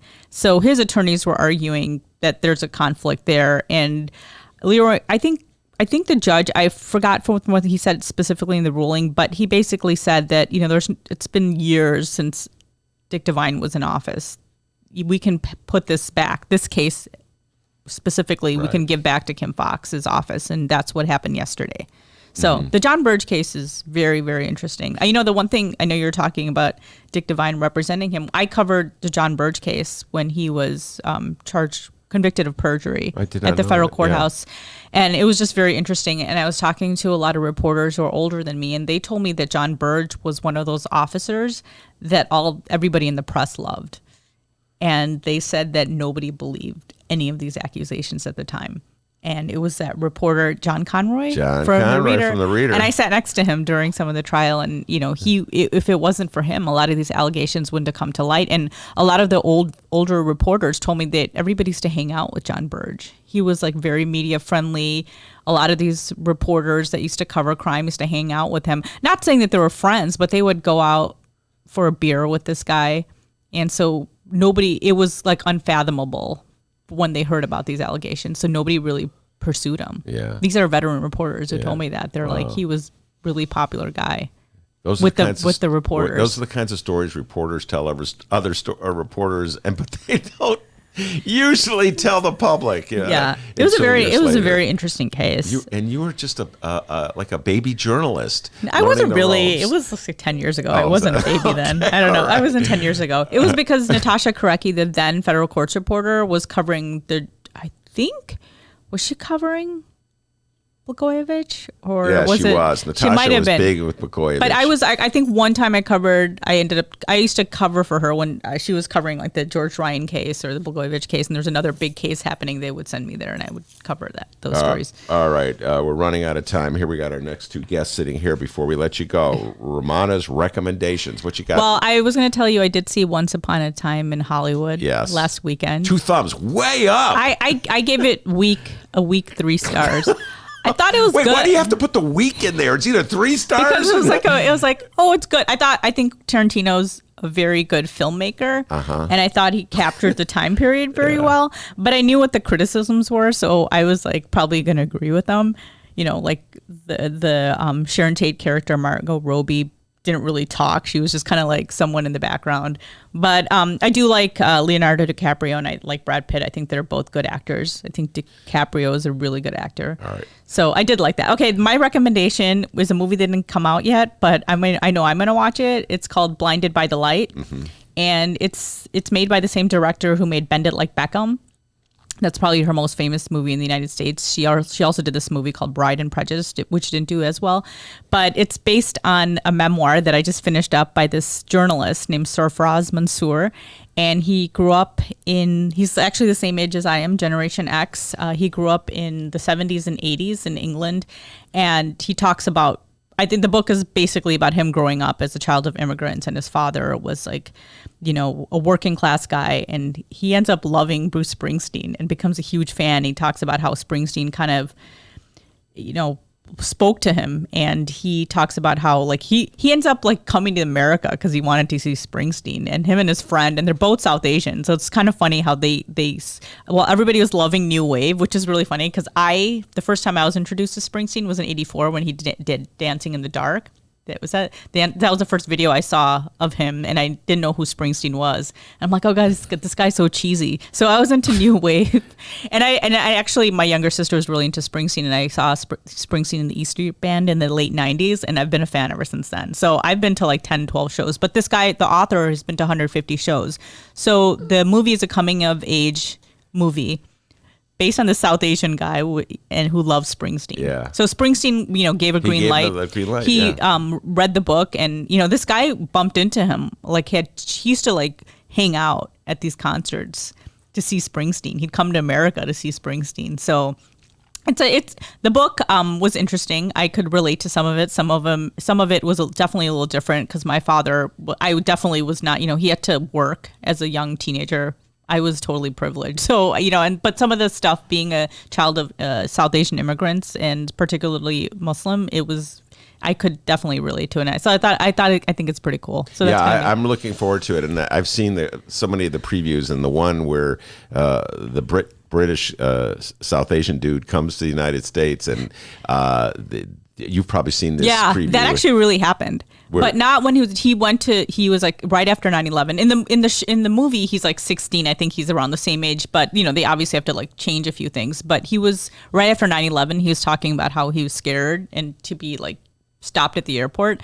So he went there, and they're like, what are you doing here? And he's like, well, I'm here. I came to see Springsteen. And the guy's like, I can't think of a better reason to come to the great United States of America than to see the boss. And he said that, so that really did happen. Yeah. So I my younger sister had the book, so I read it. It's like a quick read. So I read it really quick before. So the movie's going to come out on the 16th. But they had a premiere in New Jersey in Asbury Park, and Bruce was there, and the boss showed up and played and had an impromptu concert. I am definitely going to see that movie as well, and I'm going to get around to seeing the farewell as well. And I'm just going to say one more time to you and our mutual friend Maureen O'Donnell, who I know is listening. You should watch the movies before you read all the stories. Read the stories, because once you read articles about movies, let's say there's articles critical of the Bruce Springsteen movie, you start reading the articles that are critical of Bruce, it gets in your head.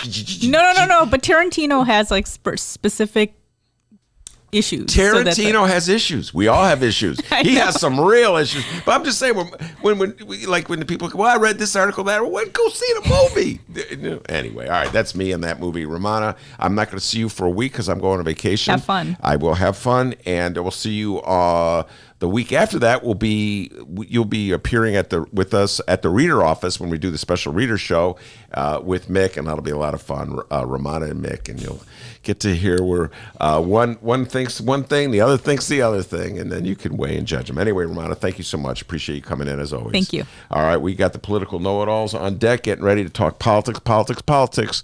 We'll bring Jacob and Daniel on in a bit.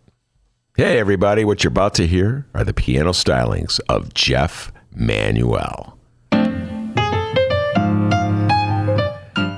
man, listen to Jeff go. Jeff Manuel has been playing piano around Chicago for years. He's played for conventions, for celebrities, played in basement bars with blues bands. He's played at prestigious social clubs, fine restaurants, and in the intimacy of private homes. Book Jeff Manuel at jeffemanuelpianist.com. Don't worry, I'll spell his name at the end of this commercial. You know what Chicago Magazine said? They said that Jeff Manuel is, quote, as comfortable with Chopin as he is with Cole Porter. He's excellent and his performance is joyous. He offers an elegant stream of compositions and interpretations that entertains the mind but won't hurt the ears. To hear more of Jeff Manuel's work and to book Jeff for your next event, go to jeffmanuelpianist.com. I'm going to spell it out for you, people. Jeff, M as in Mary, A, N as in Nancy, UELPIANIST.com. Take it away, Jeff Manuel.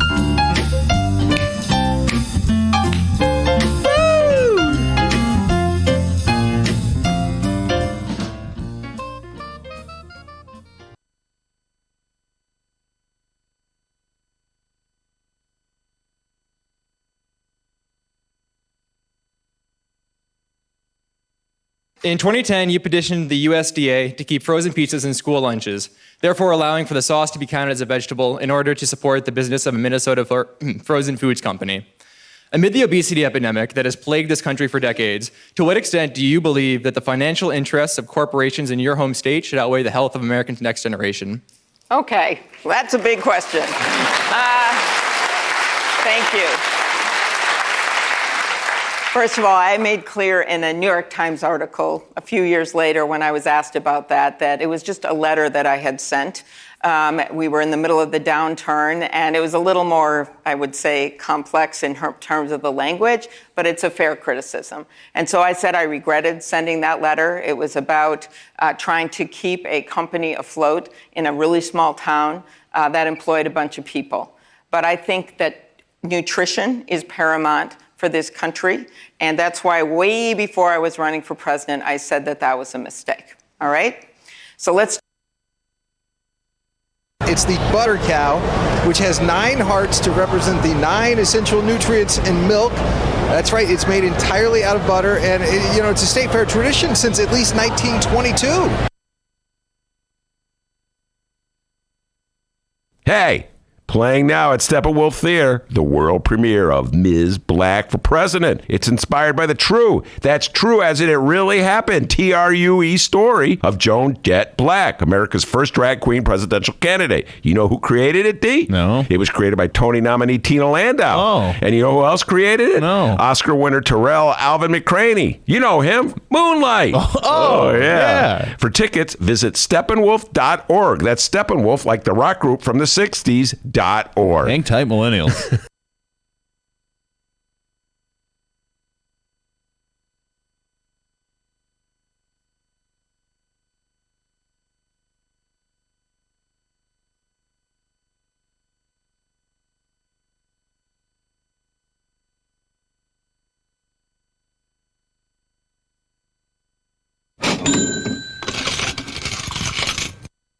When you lose a loved one whose wishes were to be cremated, Chicagoland Cremation Options provides your family a dignified and affordable cremation service.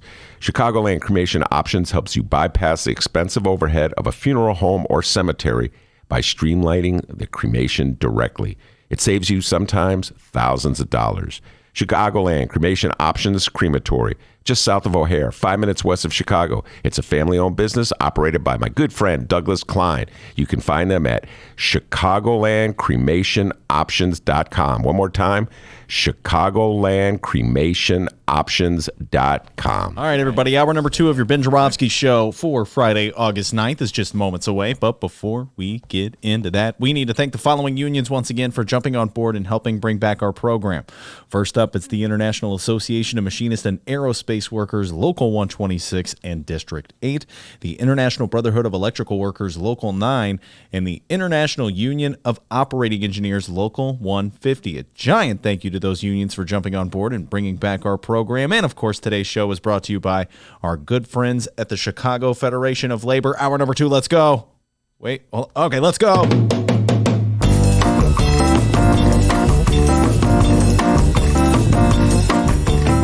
It is Friday, August 9th, and live from the Chicago Sun-Times Chicago Reader Studio on Racine Avenue, this is the Ben Joravsky Show.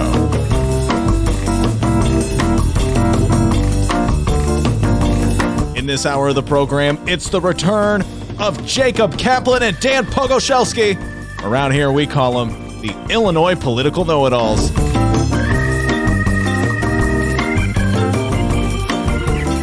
And now your host.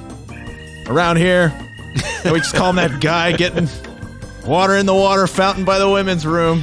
Chicago Reader columnist Ben Joravsky. Yes, indeed, the political know-it-alls. The Illinois political know-it-alls. That's good, adding the Illinois, because we have the Northwest side political know-it-alls. Mr. Feller came by, and Jamie Andrade, and we have the South Side political know-it-alls. We have the suburban political know-it-alls. We have the Heartland Mama political. We have a lot of political know-it-alls in this show, but these are the OGs. They were the original. All right, political know-it-alls going way back to that show I used to have on a radio station. I just can't remember the name of the station.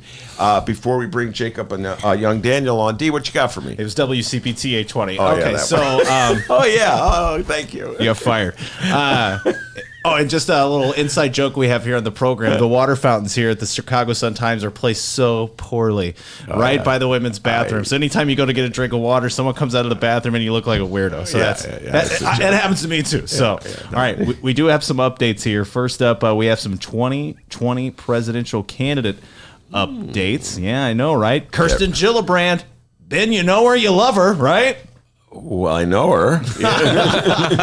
I'm not really drinking the Kirsten Kool-Aid at the moment, but... well, you may be after we hear her first political ad. That's right. We got the know-it-alls, and they can comment on it. Kirsten Gillibrand, the campaign has released their first early state TV ad. It says, "This is the vision we're fighting for. Chip in to help keep on the air in Iowa and New Hampshire and secure a spot on the debate stage." Well, let's give it a listen here. The latest ad from Kirsten Gillibrand. Imagine an America where harmony displaces hate, that protects our planet, provides health care for everyone. An America where public places are safe spaces, where morality overrides money, power restored to the people. Imagine a leader driven by compassion, brave enough to take on the impossible, who looks beyond herself to do what's best for us.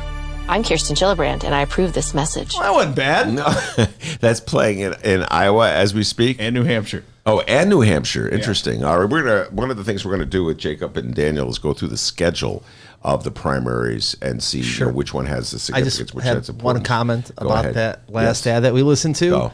I'd be worried about a lawsuit from the same folks the same firm that did the It's Morning in America ad. And I know that a lot of these ads are very similar, but boy, you know. It's Morning in America, the Ronald Reagan ad. The Ronald Reagan ad, yeah. You know, that kind of aspirational. Kind of reminiscent. Yeah.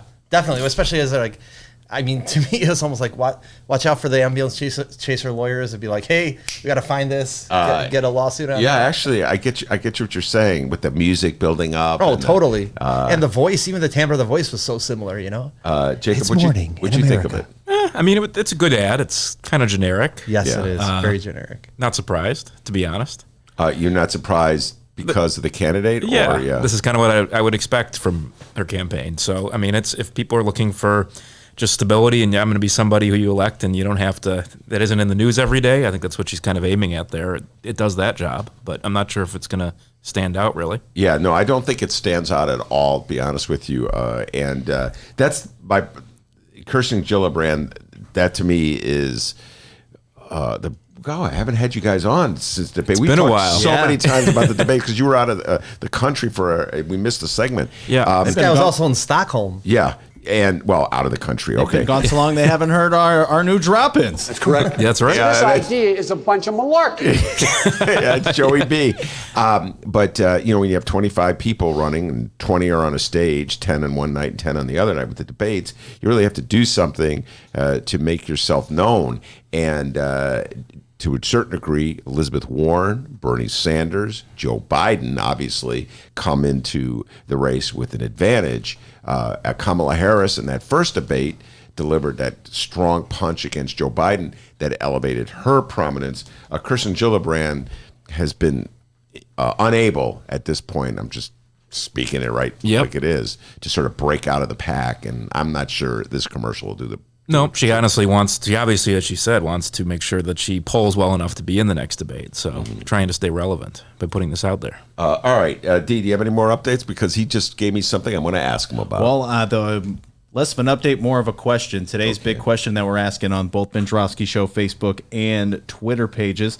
I'll pull from the page right now. The question is, in all the Chicago history that you can remember, just be thinking about this, boys, because we're going to get an answer on this by the end of the show. In all Chicago history that you can remember, what was the best and or worst budget deal plan? We're talking about this obviously because on August 29th, Mayor Lightfoot is going to announce her plans for the budget. So the best budget idea plan and the worst. That's what we're looking for. Head over to the Ben Joravsky Show Facebook page or Twitter page at Benny J Show, BENNY, the letter J Show, JORAV as in victory, SKY. We'll be reading your comments on the program. All right, very good. Dan Pogoszelski and Jacob Kaplan, longtime political strategists here in Cook County for the Democrats. And been involved in a lot of campaigns, mostly on the local level. Let's talk a little national politics, gentlemen. And so first of all, let's just get some of these. You guys really know the ins and the outs of these things. Polls well enough to be in the next debate. Before we get to the primaries, before we get to the caucuses, we have, I think, 3 more debates. Am I right about that? I believe it's 3. 3 more debates. I've lost track. September, October, November. I think 3 more debates. And their requirements, the Democratic Party have set up requirements, eligibility requirements. So at the moment, it's not clear how many candidates will qualify for the debate stage in September. My memory is, and if 2 guys would know this, but you two, that 8 have qualified at the moment. Do I have that right? The number's right, yes. It's 8 have qualified for the moment. So what are the qualifications for the next round, do you know? Well, one of them is, I believe, $130,000 in small donations, which is one of the reasons why I believe that's the no, not $130,000. $130 donors. Contributions, 130,000 individual contributions. I apologize. Yeah. So 130,000 small dollar donors. contributions, which is why. So like Tom Steyer, I don't know if you guys are on social media, but like on Facebook and Instagram, simply keep on having ads from him like, please give me a small dollar donation. Why would you ever? And there's been a series, so it's now gotten to the point where he's like, why would you need to give money to a billionaire running to be president? Yeah. Well, it's because I need this. And so just think to yourself, like, how much money is this guy plopping in to like Mark Zuckerberg, right, through Facebook and Instagram to try to get these small dollar donors? That's a valid point. Tom Steyer, of course, a billionaire hedge fund guy from California whose main issue is impeaching Donald Trump. I was very surprised that he jumped into the race. He has not been in a debate yet. No. Because he was, well, first of all, I don't even think he was running when they had the first debate. He wasn't. This guy jumped in after the first debate. I'm not quite sure why he's running, Jacob Kaplan, but he is running. He's been in, then he's been out, then he's been in. And so the other qualification is you have to have, at least 2% of the vote? Polling. In a poll. All right, your thoughts on that? Is that 2% on one hand sounds really low. Yeah, but with 20, what number are we at now? 25. 25. Yeah. 25 candidates. Yeah. I mean, it's quite a bar to reach for some people. So I'm just excited to actually see, Bernie and Kamala and Elizabeth Warren and Uncle Joe on the same stage. And, I think that's what a lot of people are looking for. Yeah, people. By the way, we do not know that they'll be on the same stage because, again, I think it's August 20-something is the cutoff date. So if Tom Steyer can get those 130,000 and he can get to 2% on 4 polls, he has to find 4 polls. They might have to split it into 2 sessions. 2 sessions again. So I think if you get more than 10 candidates, they're going to split into 2 sessions. So everything we want. I know. All right, strategically, do you think it hurts the Democrats to continue to have so many candidates? Or do you think it builds the brand and so keeps interest alive? Did it hurt the Republicans in 2016? Well, obviously it didn't hurt them that bad because they won the presidency. But how That's long it. before they started cutting back? They never. How long? They started off with 2, right? Yeah. I mean, you had where in Yeah, there were 2, and there were all these different kids' table debates, and Yeah, it was. I mean, that was a mess. it was a mess, right? But Trump took it, right?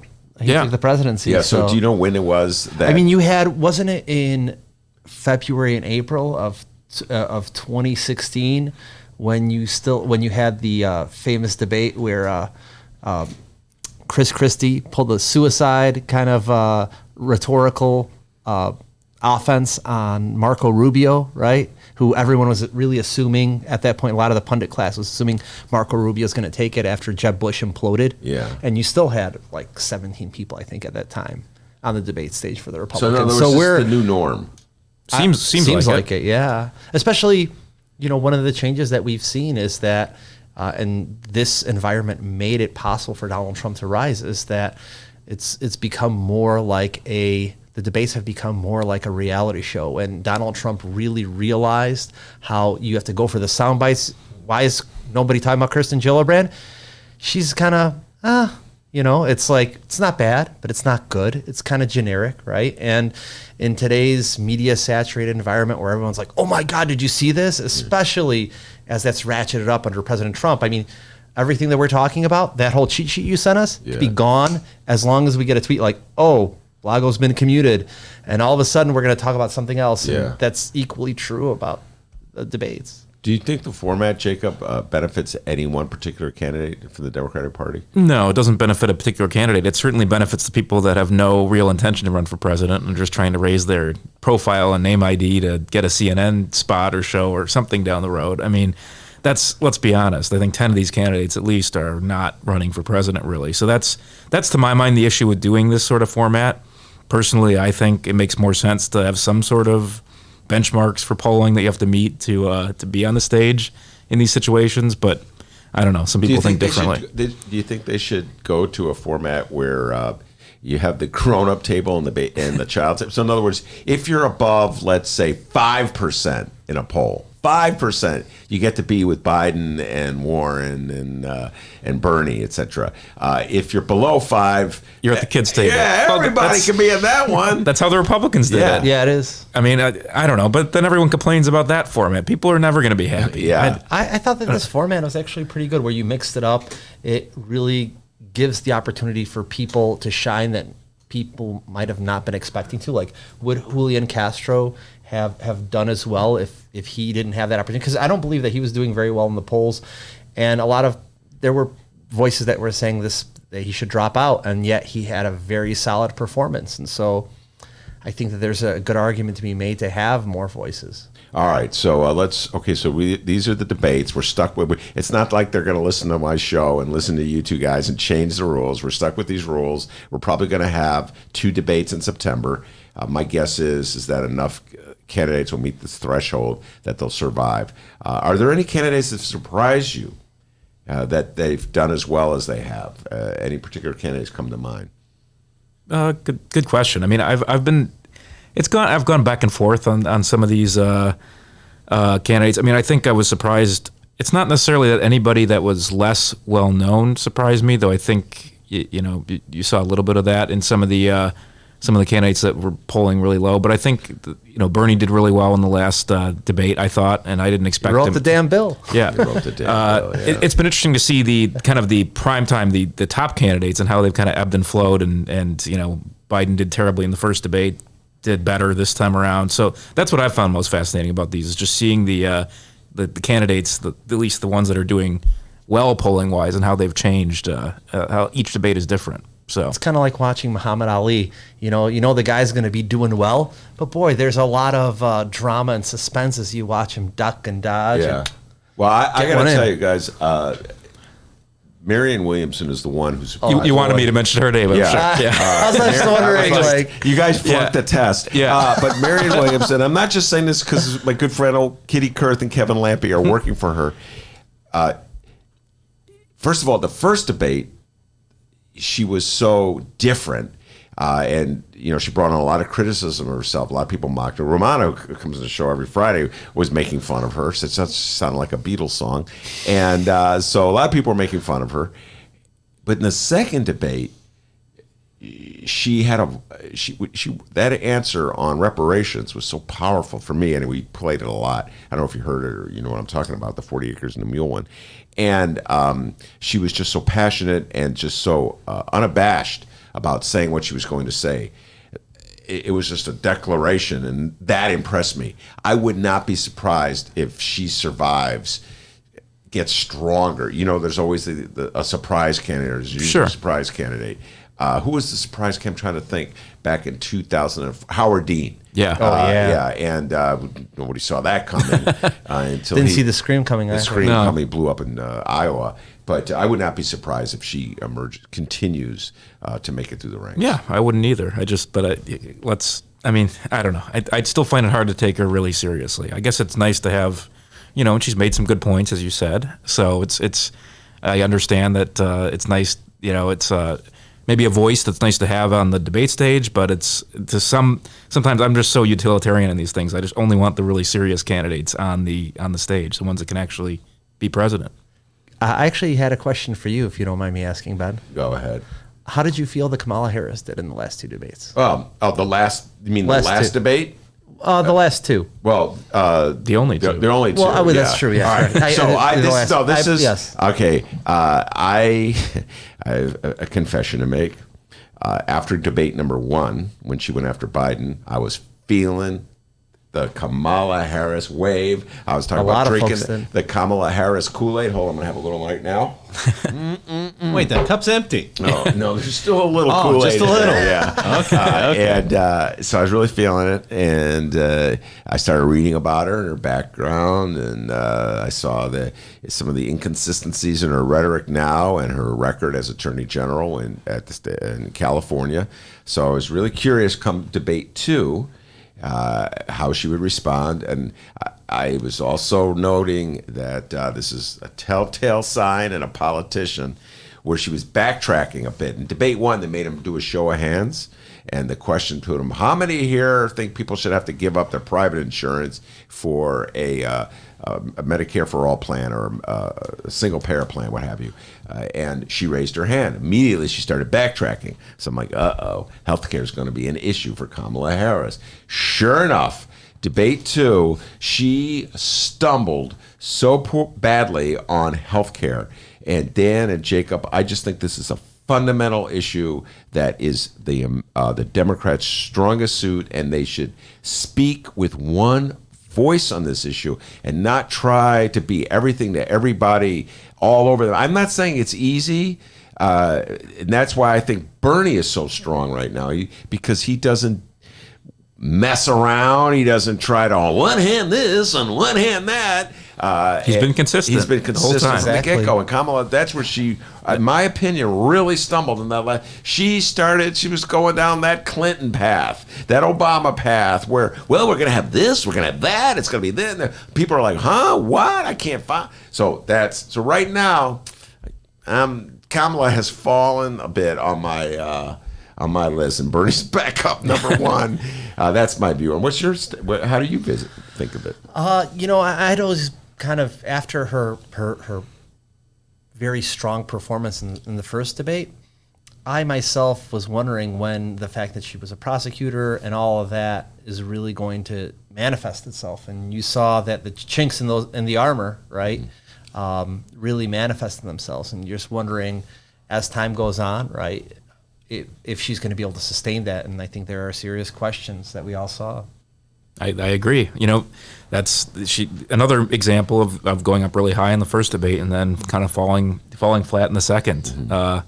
I do think the person that's been really consistent also is Elizabeth Warren. So I mean, she's still up there in the polls, and that shows as well. So she's been very steady recently. So we'll see. And the trick is to not crest too early. And this is where you're just looking at Elizabeth Warren. It's like consistent, and just waiting for the right timing, right? Because timing is everything. The right thing at the wrong time equals pain. Yeah. And we've seen that with candidate after candidate, right? So you're just wondering yourself, like, man, is this just going to be the perfect opportunity for a nice free throw, and all of a sudden, game change? Speaking of which, game changes. Will Illinois be a game changer in this primary season? Jacob, talk about where Illinois' primary falls in the total scheme of things. In the past, I've always been disappointed. I think I have to go back to 1992 to feel that there was a compelling reason to vote in Illinois presidential primary in terms of still having an impact. But remember, we moved in 2008. We moved our primary up to February because of Obama. Oh, I forgot that completely. We were much more relevant in 08 because we decided that our hometown guy is going to be the nominee, so we got to move it up so we're more relevant. And you guys weren't even around in 92. The only reason I remember 92 is because there was a presidential debate here in Illinois involving Clinton, Jerry Brown, and I believe Tsongas was on that stage as well. And that's where Jerry Brown got into it with Bill Clinton over Hillary Clinton. The days when Illinois was a swing state. I mean, remember that, like, in the year 2000, you still had Dick Cheney coming to Illinois trying to, hopefully win it for the Bush ticket. Illinois is for the Bush Jr. ticket. Yeah. Baby Bush. All right, so talk about where we fit. Illinois fits into the scheme of things. So, the main thing that's changed now is the fact that California is part of Super Tuesday on March 3rd. So you've got California, Massachusetts, Minnesota, a lot of influential states with a lot of votes on March 3rd, which I think disadvantages Illinois. And then March 10th, you've got Michigan, Missouri, Ohio, some states with a lot of population. So by the time we get to Illinois on March 17th, and we share our date with Arizona and Florida, there's, it could be that it's still wide open, but I kind of doubt it. I think by the time we get to March 17th, I think there'll be a sense of who the likely, or maybe one or two people that are probably the likely nominees. But I still think Illinois will be important. I think in a race this wide open at this point with this many candidates, I think the Illinois primary will still be contested. So, that's my take on it. I just want to bring up, so on the one hand, having it earlier in the winter is good for relevancy. But on the other hand, if you're talking about how many people are going to come out, how many are you going to get volunteers, right? Isn't it often that you hear criticism like, oh my God, it's so cold outside. No one's going to come out and vote. No one's going to come out and volunteer. And so, it's a tricky balance, right? Because the presidency only comes once every 4 years. You have congressional and other races and primaries, which are important, all the other years. And so when do you want to do it? You can't have it all. You got to figure out how you want to approach this. That is a valid point. But I got to give you credit for that point. Yeah. But in a presidential race, I think people are interested in volunteering no matter what. People go to freezing cold New Hampshire and Iowa in January to work those primaries. So I don't know. Is the Cook County Party going to get involved in this at all? Or are you going to sit this one out? We're not.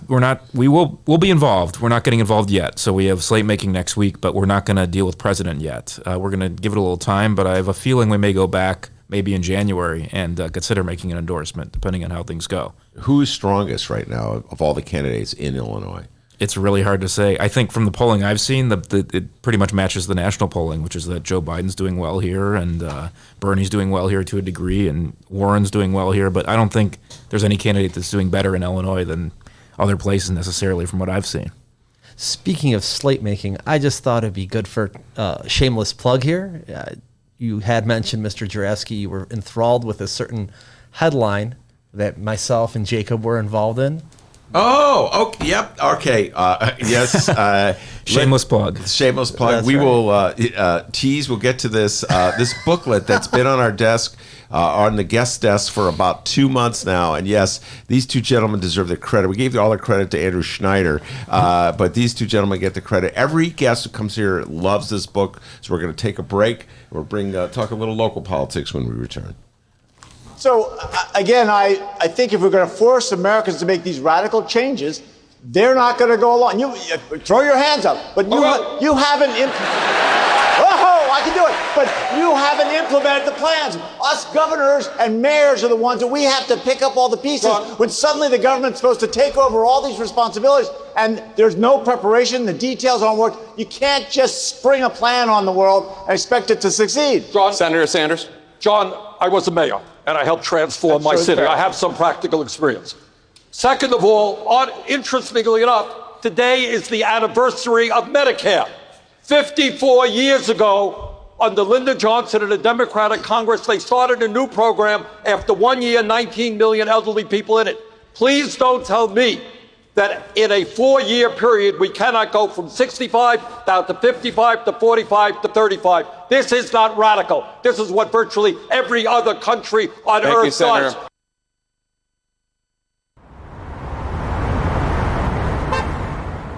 Today's Ben Joravsky Show was brought to you in part by Chicago Architecture Center. Discover the breadth and majesty of Chicago's architecture on a Chicago Architecture Center bus tour. From bungalows to Bauhaus, our expert docents will share the fascinating stories behind our city's architecture. Book your tour at architecture.org/tours. Now, if you'll excuse me, I'm actually on a bus tour right now. Oh my, look at that wonderful piece of architecture. Get a special discount for Illinois residents from July 15th to August 15th. All Illinois residents get 50% off select walking tours. Visit architecture.org/IL-resident.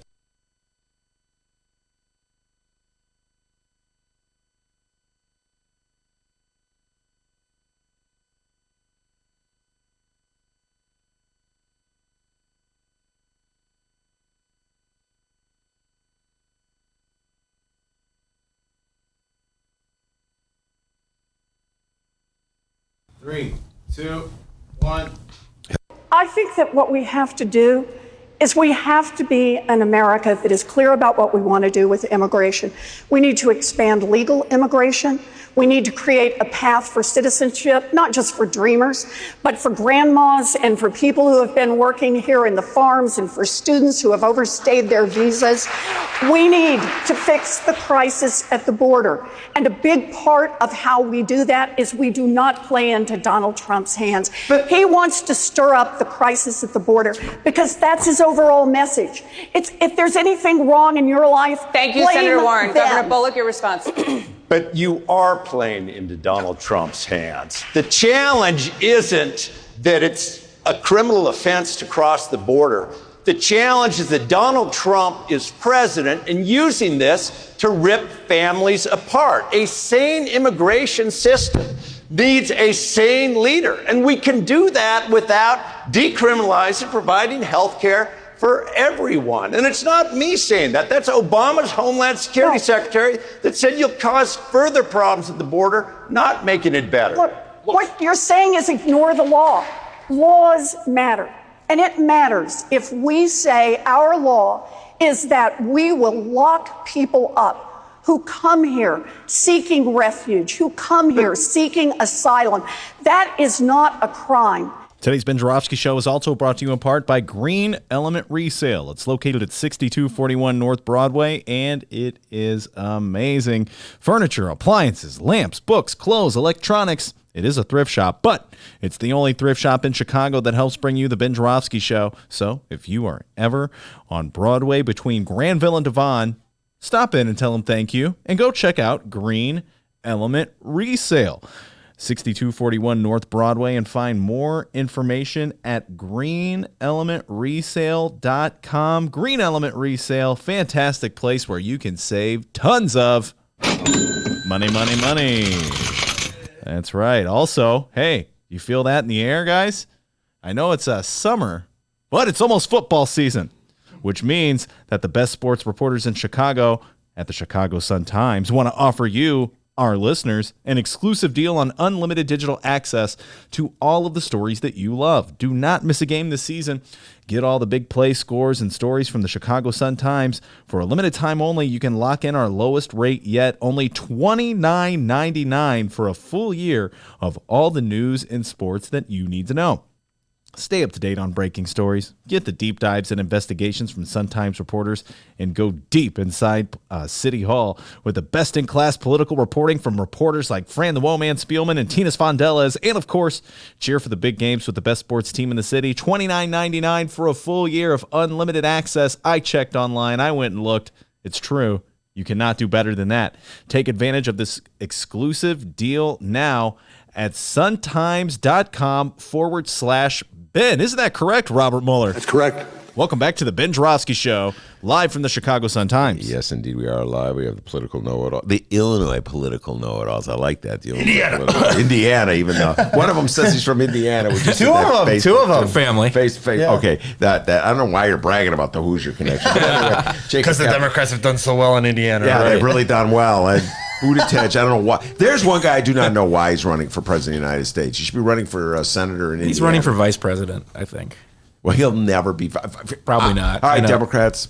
I got the executive director, Cook County Democratic Party in the studio. I got the brains behind Michael Frerich's political campaign in the studio. I'm going to tell you guys right now, you want to win the presidency? Put Beto O'Rourke as vice president. Send him down to Texas. There you go. Bingo. 38 electoral votes. That's Ben's formula. That's Ben's formula. Beto hasn't been doing that well. I mean, although, boy, did Donald Trump throw that guy a lifeline.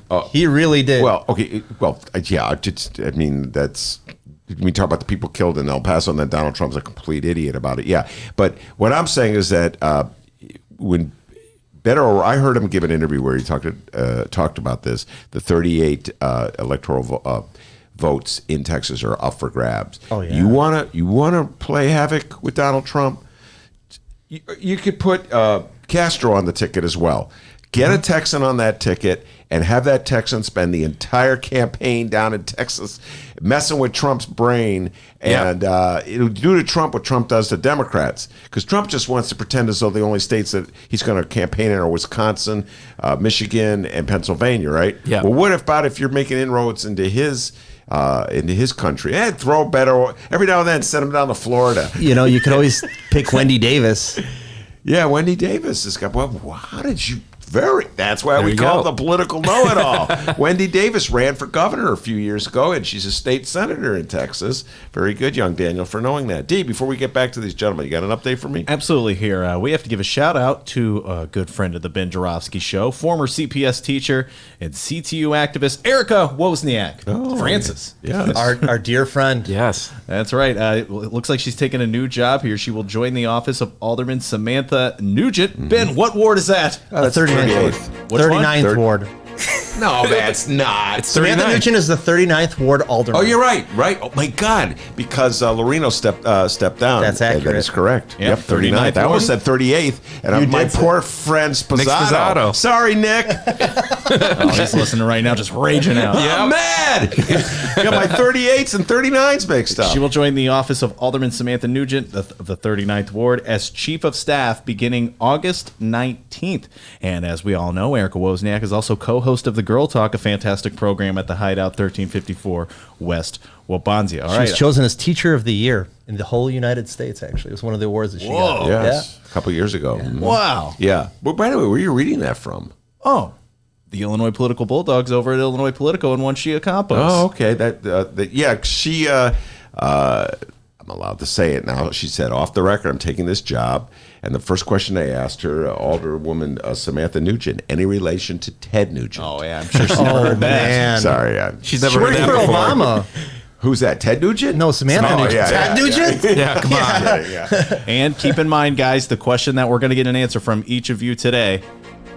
What is the best budget idea plan and the worst in all of the Chicago history that you can remember, all right? Be thinking about that. All right, Sure. Very good. We'll have that. Now, let's talk about this booklet here. And this has been a great, I guess you could call it a prop for the Ben For all the Joravsky viewers show. on... Andrew Schneider, a friend of yours, who is an activist in the city of Chicago and a preservationist, comes on the show once in a while, talk about preservation issues. Wonder how you met him.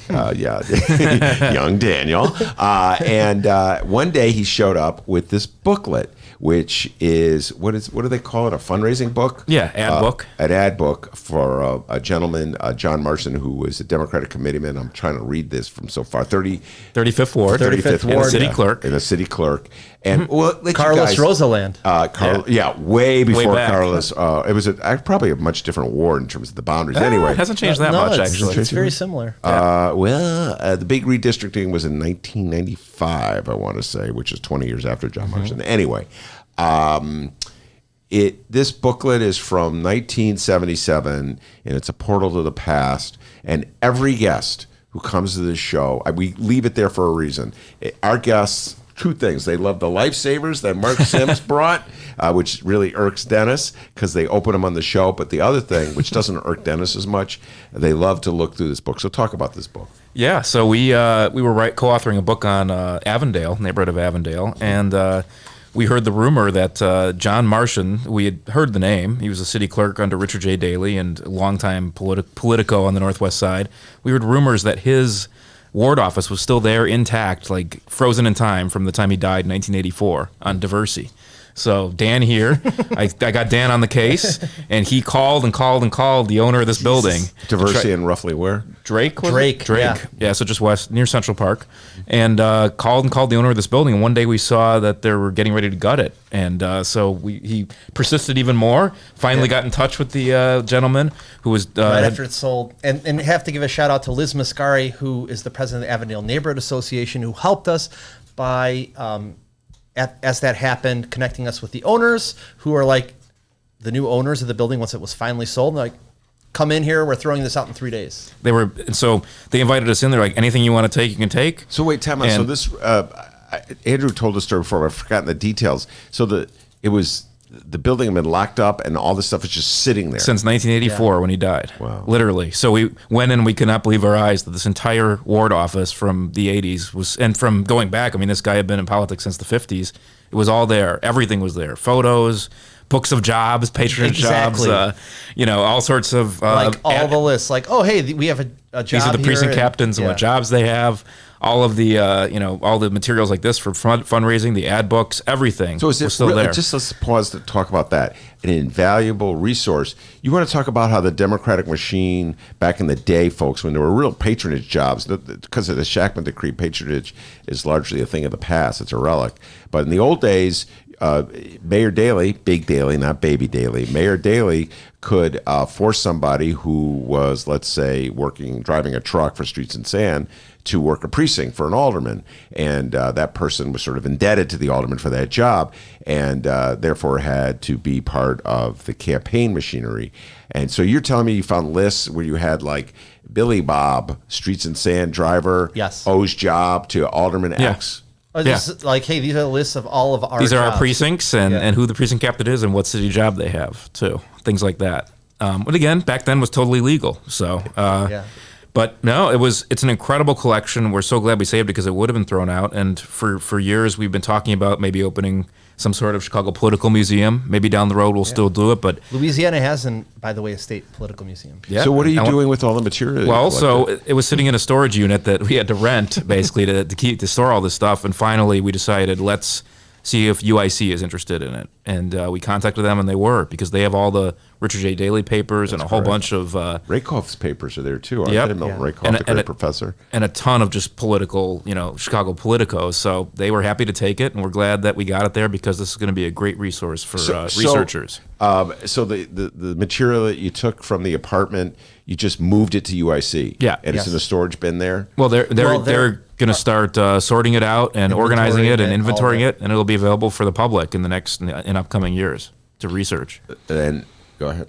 So one of the things that really struck, this man had an extraordinary love of himself. Who, John Marston? Yes. Oh, I don't know if you can overstate it. And obviously people who are involved in politics, to be able to do that, you have to have a really healthy sense of ego. And that's putting it diplomatically. This is a person who, as folks in Ireland might want to say, are beyond the beyonds, just on a really hard to surpass level. There was a fight song about him that people that were members of the organization, there was not one, but two photos. One, the young, dapper... Portraits, two portraits, right? Of himself the young, in that dapper office. Polish prince, John Marston, and then, of course, the elder statesman. And this is what's going to be great for researchers, though, is that somebody was like, I want to show everything that I've accomplished. right here you have where one of the top cogs of the Daley machine, right? The person that was responsible with Daley's own troubled relationship with Chicago's Polish community. There's a great documentary that was in the BBC which talks about how, on the one hand, it was a huge percentage of the population was Polish, right? 1/3 of the city council in the 70s was Polish, but at the same time, his main rival, remember, Boss by Mike Royko, right, was against his rivalry against Ben Adamowski, right? Who, by the way, amazingly enough, I can't believe it, has had 2 mentions on the Ben Joravsky show in 2 days, back to back. Yesterday I was talking about people using the Cook County State's Attorney's Office as a launching pad for higher office. And I said, well, there's Richard M. Daley, who was a state's attorney, then he ran for mayor. And before him, there was Ben Adamowski, 1960, who used that position to actually, he used the race. I don't think he was actually, he was the Cook County State's attorney. Oh, yeah. I mean, that's how he got and then he used on the headlines. And he got the headlines and to run against Richard J. Daley in 1963 for mayor. So it's funny. Which was the closest race. I mean, that was. Yeah. Now, this is one of my favorite themes, and Dan Pogoszelski's in the studio. You can help me on this one. When I think of the different ethnic groups in the city of Chicago and the roles they've had in politics in Chicago, some have been greater than their numbers. Obviously, the Irish in Chicago, Jews in Chicago for back in the day. Jake Arvey was the chairman of the Democratic Party. It was a close ally. People knew that ward nationally. But relatively speaking, the polls in Chicago for their numbers have not been as involved in politics. You had Roman Paczynski, who was a former alderman and congressman from the 41st Ward on the northwest side of Chicago. He was a powerhouse during the Daley years, but he was a limited powerhouse. And we've never had a Polish mayor. Trying to think. Yeah, Paczynski ran, but he lost. So young Dan, of course, had Rostenkowski too. That's what I was going to say. Dan major. Rostenkowski, a person who, like Bill Clinton, signs I remember seeing a photo in the Rostenkowski home, and it's a photo from Bill Clinton to Dan Rostenkowski, and it has where Dan and Tip O'Neill are. Is it Tip? Yeah, it was Tip. They're both seated in the front row, and then Bill and Hillary are on the back, and he's like, even as a neophyte in Washington, I knew my place in the scheme of things. Obviously trying to... Is that your Bill Clinton imitation? Pretty good, huh?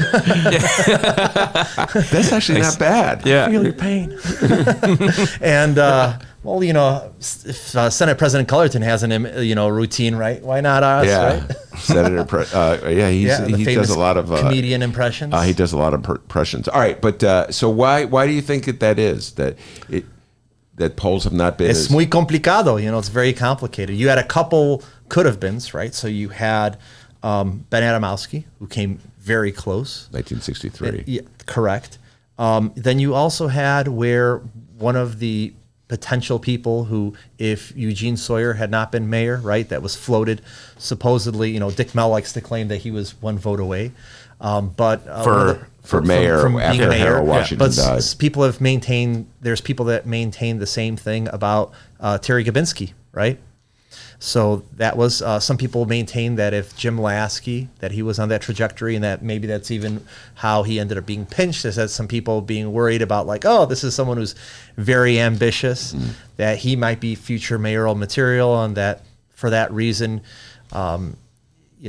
people were forthcoming with the information that led to him being charged. So there's that aspect. It's a complicated like all historical, but I think that's maybe the quickest way to answer that question. Do you have a theory, Jacob? I mean, I think it was certainly, when Richard J. Daley was in power and he wanted to keep the Irish leading things, I think he purposefully made sure that the Polish community didn't have leaders that could surpass him. As Milt Rakov's third book would have been titled if it come out, "Don't Make Anybody Who Can Unmake You." So I think he probably... Is that actually for real? That was supposed to be his third book, and he passed away before it came out, before he finished it. That is a great title. Yes. Yeah. But I think that Richard J. Daley and the people in power at the time saw the Polish community, saw how large it was, and purposefully made sure that they couldn't garner enough power or enough... people in politics to make a play at it. That's one of the reasons why the Crosstown Expressway did not come to be is that, and there's a great case to be made for this, so that all the stars had aligned in 1960, but it would have been such a polarizing issue that in that squeaker of election that was in 1963, the deal was like, oh, I'm just going to wait for it. And then what ends up happening? You have where the governors aren't with them, whether it was the Republicans or the Democrats. Then by the time he finally is able to come back to the issue in 1975, shortly before he died, it was just too much. You've had the expressway rebellions had already happened in Memphis and other places, and there's just no way this that it's going to fly. Dan is alluding to a very important issue back in the 70s, way before a lot of people are time, but it's a very important issue in the development of politics in Chicago, I would say, because Mayor Daley, old man Mayor Daley, was proposing an expressway that would run through several neighborhoods. He was saying he was doing this on behalf of just getting the trucking industry and getting goods in and out of Chicago. We absolutely needed this expressway, and there was a revolt in the 70s. I remember this, and it probably but a few times, gentlemen, like the black community, the Polish community, a fledgling Hispanic community. They came together. They came together. Yeah. So instead of fighting each other, they came together and fought Daley, and it forced them back off. And it put a lot of aldermen in some really tough situations because they had to decide whether they would go with their constituents or they were going to go with Mayor Daley. Richard F. Mell was elected. By the way, he was involved with the IVI IPO back then, right? As one of the independents, right? Independents, who was like, long. I'm against the Crosstown Expressway, and there's great footage which has him, talking very bluntly, like, but wait, you were elected against the Crosstown Expressway. Why are you for it? Oh, but I got a good deal. I got a great deal from the mayor for it. That is a very good Mel. Yeah. Suddenly, Danny's like Rich Little. Got all these imitations. By the way, I have to say this: we're gonna take a break, come back, and finish up our trivia questions, but. That John Marston book, which is the ad book, which has all photos of politicians from 1977 and their names of all the aldermen. It's a portal of the past. A comparable thing to what you discovered. Steve Askin, a journalist in the city of Chicago back in the 70s, went to work for Harold Washington to write his speeches. It was an aide to Harold Washington. And in 1977, Harold ran for mayor of the city of Chicago. Folks don't kind of forget that first run that he did in 77, which in many ways led the way for the famous 1983 run. And in 1977, Steve Askin was an aide to Harold Washington on that campaign, writing speeches for him, doing press work. And Askin was a pack rat, and he kept a lot of the material, the speeches, the press releases, letters that went back and forth. He kept it in a box. And, when he moved here and there, his life took him to various parts of the country. He brought that box with him. Well, one day not too long ago, a couple years ago, he finally took the box down from his attic or his basement, wherever it was, and donated it to Chicago Public Library. It is a treasure trove, folks. If you want to you're really interested in Chicago politics, go back and read the speeches from Harold, the memos from that campaign in 1977. Look at some of the names of the people involved, read the press releases. Almost every issue, Jacob Kaplan, that the city of Chicago is facing these days.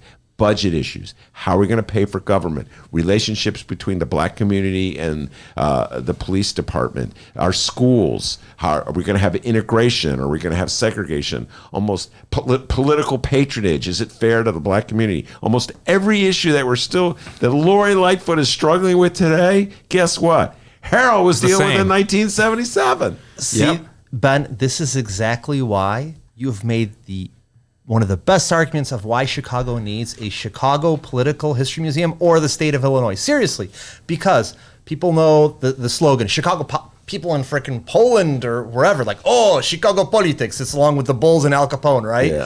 Now he's doing Polish imitations. No, but he's done Polish, Mel, and Clinton. Go ahead. Did you know that? Donald Rumsfeld literally was explaining Chicago politics to Hamid Karzai when he was trying to get him of like, this is how you try to bring peace to Afghanistan. As he was explaining to him, well, this is Chicago politics and whatnot. And so I'm just trying to say, number one, this is very important for our history, for our legacy, but having such an institution, whether it's in Chicago or Illinois, is something that explains how we came to be what we are, right?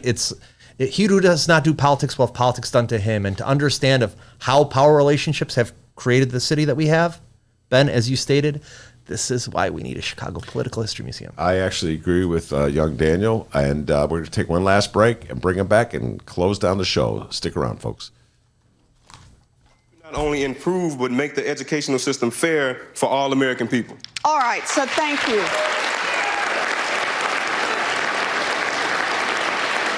You know, this scandal just shows one more time that some folks who are rich just think they don't have to play by the same set of rules as anyone else, and that they can use their money to do whatever it is in terms of buying influence. We have to put a stop to that. And it's not just, it's everywhere now. And we're here talking about a presidential primary. It's everywhere in Washington.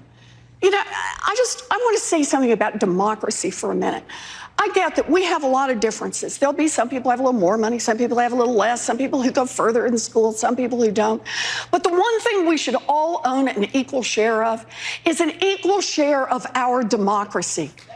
We need a government that doesn't just listen to the rich and the powerful, but a government that listens to all of us. It's Chicagoland's adult entertainment playground. It's the world-famous Admiral Theater, 3940 West Lawrence Avenue. The Admiral is homegrown from Chicago, and it's the most conveniently located club in all of the city. 15 minutes from the O'Hare Airport in downtown Chicago Loop. Voted Chicago's best strip club, the Admiral has showgirls galore and a variety of adult entertainment shows. The world-famous Admiral Theater, open every day from 7 p.m. to 6 a.m., 3940 West Lawrence Avenue. For events, showtime, and other information, visit AdmiralX.com. Must be 18 years of age or older to enter. Today's Ben Joravsky Show was brought to you in part by Chicago Architecture Center. Get to know your city on one of Chicago Architecture Center's 65 walking tours. Hear the unforgettable secrets and stories behind Chicago architecture from our expert docents. Book your tour at architecture.org/tours. Now, if you'll excuse me, I'm actually on a tour right now. Oh, wow, look at that building. Get a special discount for Illinois residents from July 15th to August 15th. All Illinois residents get 50% off select walking tours. Visit architecture.org/IL-resident. Welcome back to the Ben Joravsky Show. Mr. Joravsky, take us to that extended weekend and week. Yes, indeed. This is the last segment of the last show before vacation. All right, we'll be back after vacation, but Dennis and I will be taking a week off. And so, Dee, you got all sorts of things planned for next week. We have shows that we're going to air, old shows you might have missed, that kind of thing. We're going to throw up a lot of bonus interviews, just previous shows, enough to keep you people entertained until we get back, all right? We need some downtime. Yes, we do. And we have a bunch of bonus interviews. We got one coming up with Neil Muhammad. He'll be in here really soon. The man knows absolutely everything about absolutely everything. All right, we have the political know-it-all. Speaking of people who know absolutely everything about everything, Jacob Kaplan and Dan Pogoszelski. Dee, let's get an update here and get Dan and Jacob's added reaction to it. All right, it's our question of the day, and it's a big one, all right? Lori Lightfoot just announced that on August 29th, she will announce her ideas for the budget plan. So I figured I'd take to the Ben Joravsky Show Facebook page. Oh, and by the way, on the Ben Joravsky Show Facebook and Twitter pages, it's the latest Chicago Reader column from our very own Ben Joravsky. It's titled A Modest Proposal. We'll talk about that a little later. But we got to talk about this question, all right? August 29th, Lori Lightfoot will announce her Budget City plans. We went to the Facebook page to ask all of you, what is the best budget plan that you can think of in all of your history in Chicago, and the worst? So we're going to throw it over to all of you guys here. First up, Ben Joravsky, the best and worst budget plan idea. All right, let me start with the worst because, as I said earlier, this is a challenge on two fronts, in my opinion. In terms of the worst, there's so many bad things that our mayors and leaders have done with the budget that it's hard just to come down to one thing. In terms of the best, there's so few good things that they've done with the budget that it's hard to even find something. So for worst, I would have to say the parking meter deal. Yeah. Thanks. This is why he's the host and he gets to go first. Yeah. Well, I think like the parking meter deal. It's boring for us to say the same thing. Yeah. All right. Well, feel free to say it because it's definitely of recent time. I mean, you could talk about pension issues, etc., but I mean, everything about the parking meter deal, the asset that's probably worth over the course of the deal $10 billion at least, selling it for $1 billion. Essentially, folks, what he did was they borrowed money. They borrowed $1 billion and agreed to pay $10 billion back. And that's the parking meter deals. And not only that, we lose. Wasn't the parking meter deal only like $1 billion? No, I said we borrowed $1 billion. Oh yeah. In other words, they gave us $1 billion. And then we gave them all the proceeds. So they're going to make all that. They've already made back the money, I believe. Yes. And don't forget that this has also hampered development because they've made quite a pretty penny from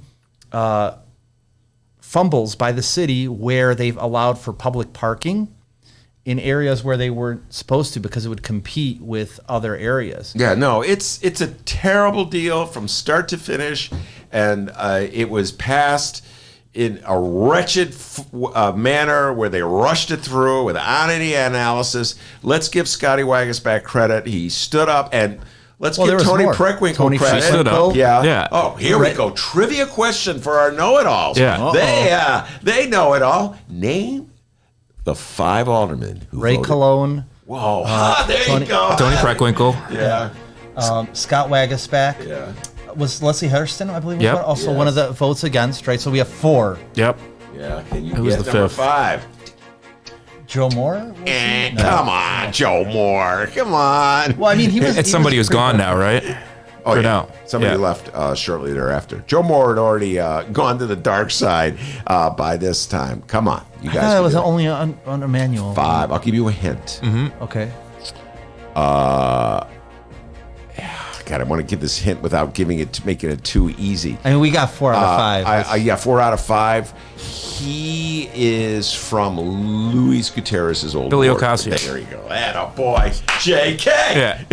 Well, they know it all. Yeah.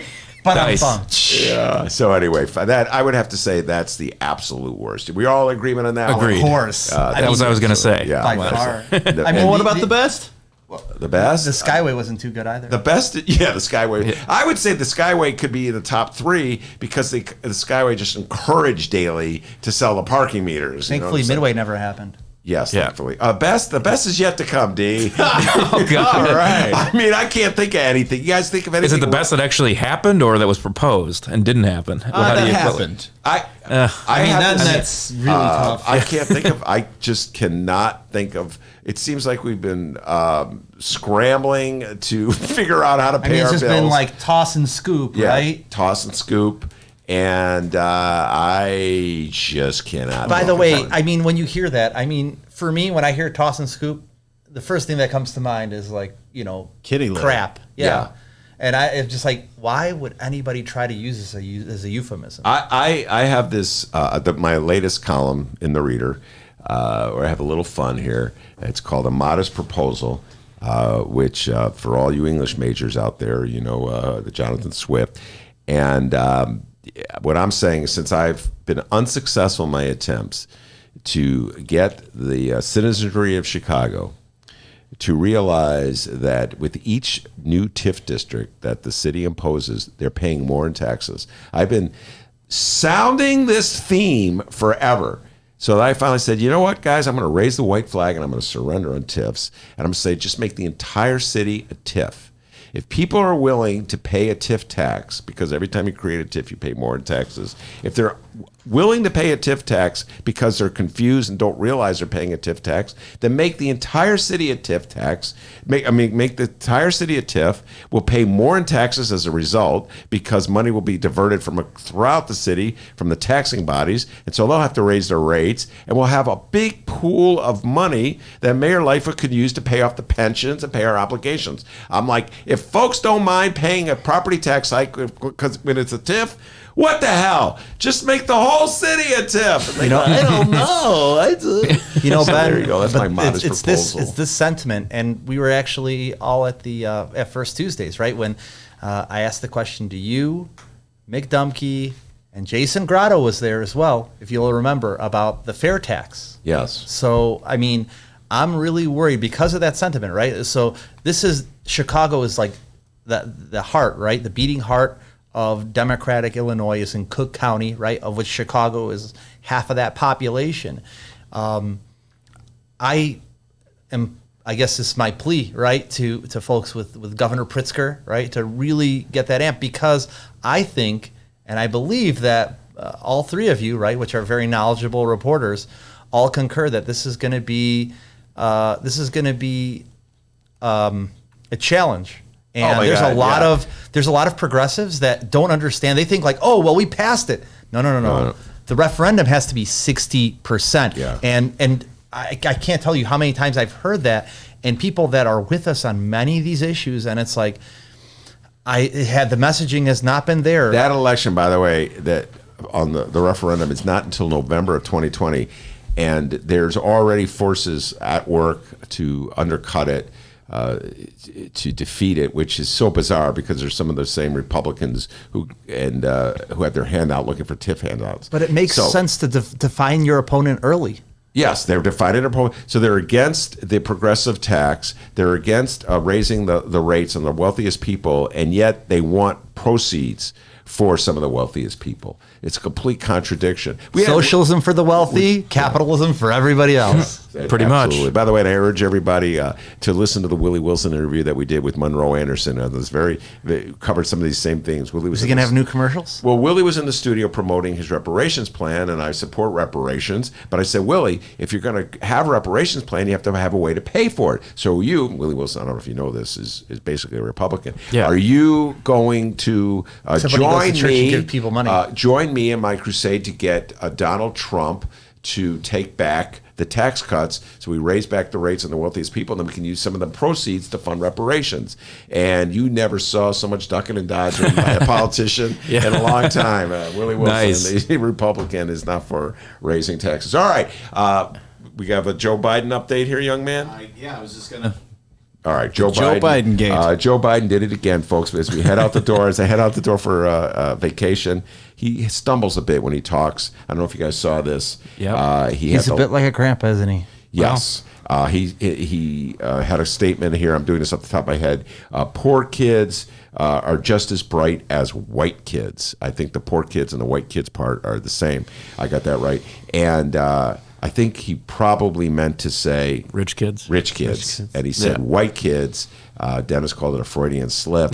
Donald Trump has pounced. Suddenly, Donald Trump is very concerned about racial harmony. Right. So, gentlemen, what do you think? Do you think that Joe Biden is immune to these kinds of things because everybody just loves Grandpa Joe, or do you think this could hurt him? No, I think that. So we had talked about Kamala Harris's kind of soft underbelly, and I think that. You have that situation with Joe Biden where there's name ID, but I think you've seen some of that support crumble because of gaffes like this. Yeah.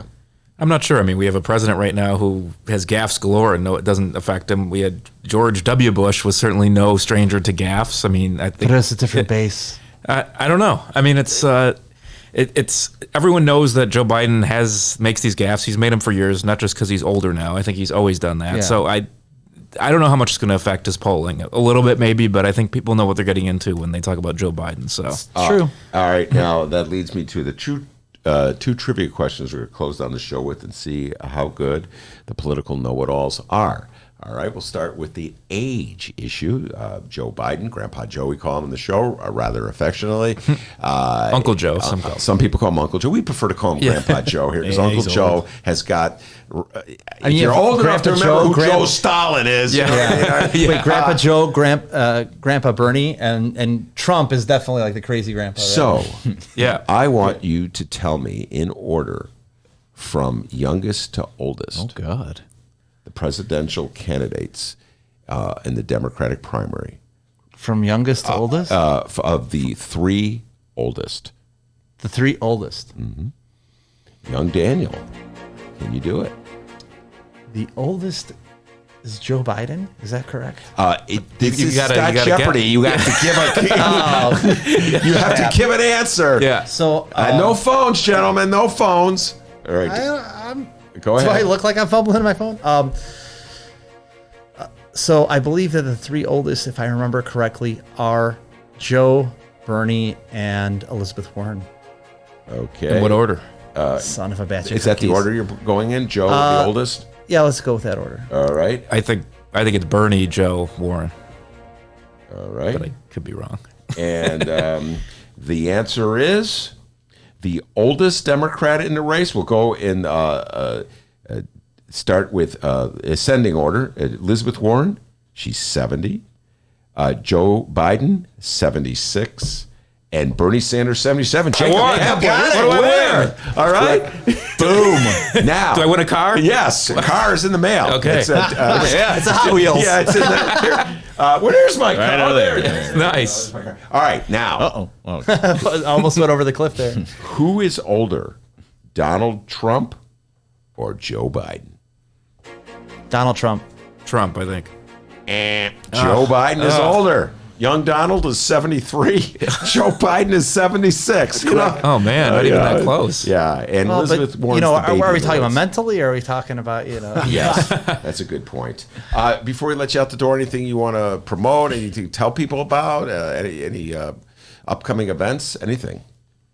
Dan? Well, I guess I'll go. I mean, we're just pay attention. We're doing party slate making next week, Thursday and Friday, August 15th and 16th. The party will be endorsing candidates, not for president, but for everything down ballot from U.S. Senate on down to all the judges and clerk of the court. So pay attention. And, we'll be getting engaged then in the primary coming up in March 17th of 2020. So if you want to get involved, cookcountydems.com. We're always, we welcome volunteers and anybody who wants to get involved. Well, I guess I know that our mayor, Lori Lightfoot, was in the Polish National Alliance. Our friend Mark Debritsky, he was very excited about that, so just wanted to give him a shout out about that. But I think that the most important takeaway that we have is that we're not going to win this as Democrats if we don't get involved now. And so sure, you might think that it's 2020, but reach out to people, get involved, volunteer, because if we do what we did last time, then we're not going to win it. And so that means we have to work harder. So get out there, work it, because we all are. And I have a question real quick for these guys. Mm-hmm. You fellas going to see that butter cow this weekend? It's the butter cow, which has 9 hearts to represent the 9 essential nutrients in milk.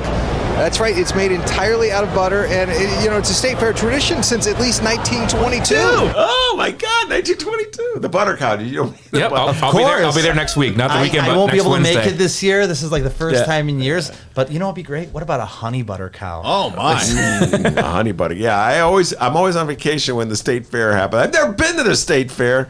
Maybe one day. Oh, and okay, Dan's. Oh yeah. Oh okay. boy, I'll do it, Dan. Okay, put the sign down. I don't know if you guys knew this or not, but well, Dan Pogoshelski, he's an ordained minister. I'll be officiating the wedding of Larry Blameyers and Julie Pizarro in Twin Falls, Idaho on the 7th of September. Oh, nice, nice. I hope those are the right names. But hey, listen, better brush up if not. Uh-oh. If you're, we got the commercial here. Hold on, let me grab it.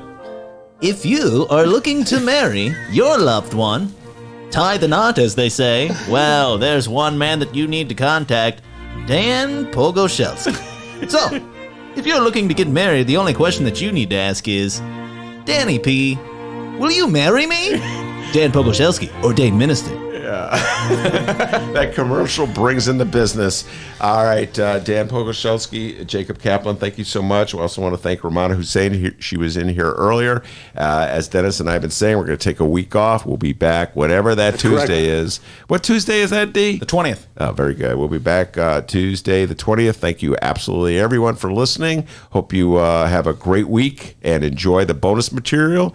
And I want to thank the man, the myth, the legend behind the board, the pride and joy of Alton, Illinois. And as everyone knows, back in Alton, Illinois, you know what his nickname is? White Lightning. Oh, yeah. They're going to call me that all week. Take it out of petty cash. See you in about 10 days, everybody. And remember, you can download previous Ben Joravsky shows and Benny J bonus interviews at both Chicago Sun-Times and Chicago Reader websites and wherever else you download your favorite podcast. Downloaders, we live stream this program. It's true. Tuesdays through Fridays, 1 until 3 p.m. Central Time. Once again, at both Chicago Sun-Times and Chicago Reader websites and the Chicago Sun-Times YouTube channel. Find us on Facebook. Find us on Twitter at Benny J Show, BENNY, the letter J Show. Enjoy the bonus material until we get back. Take care.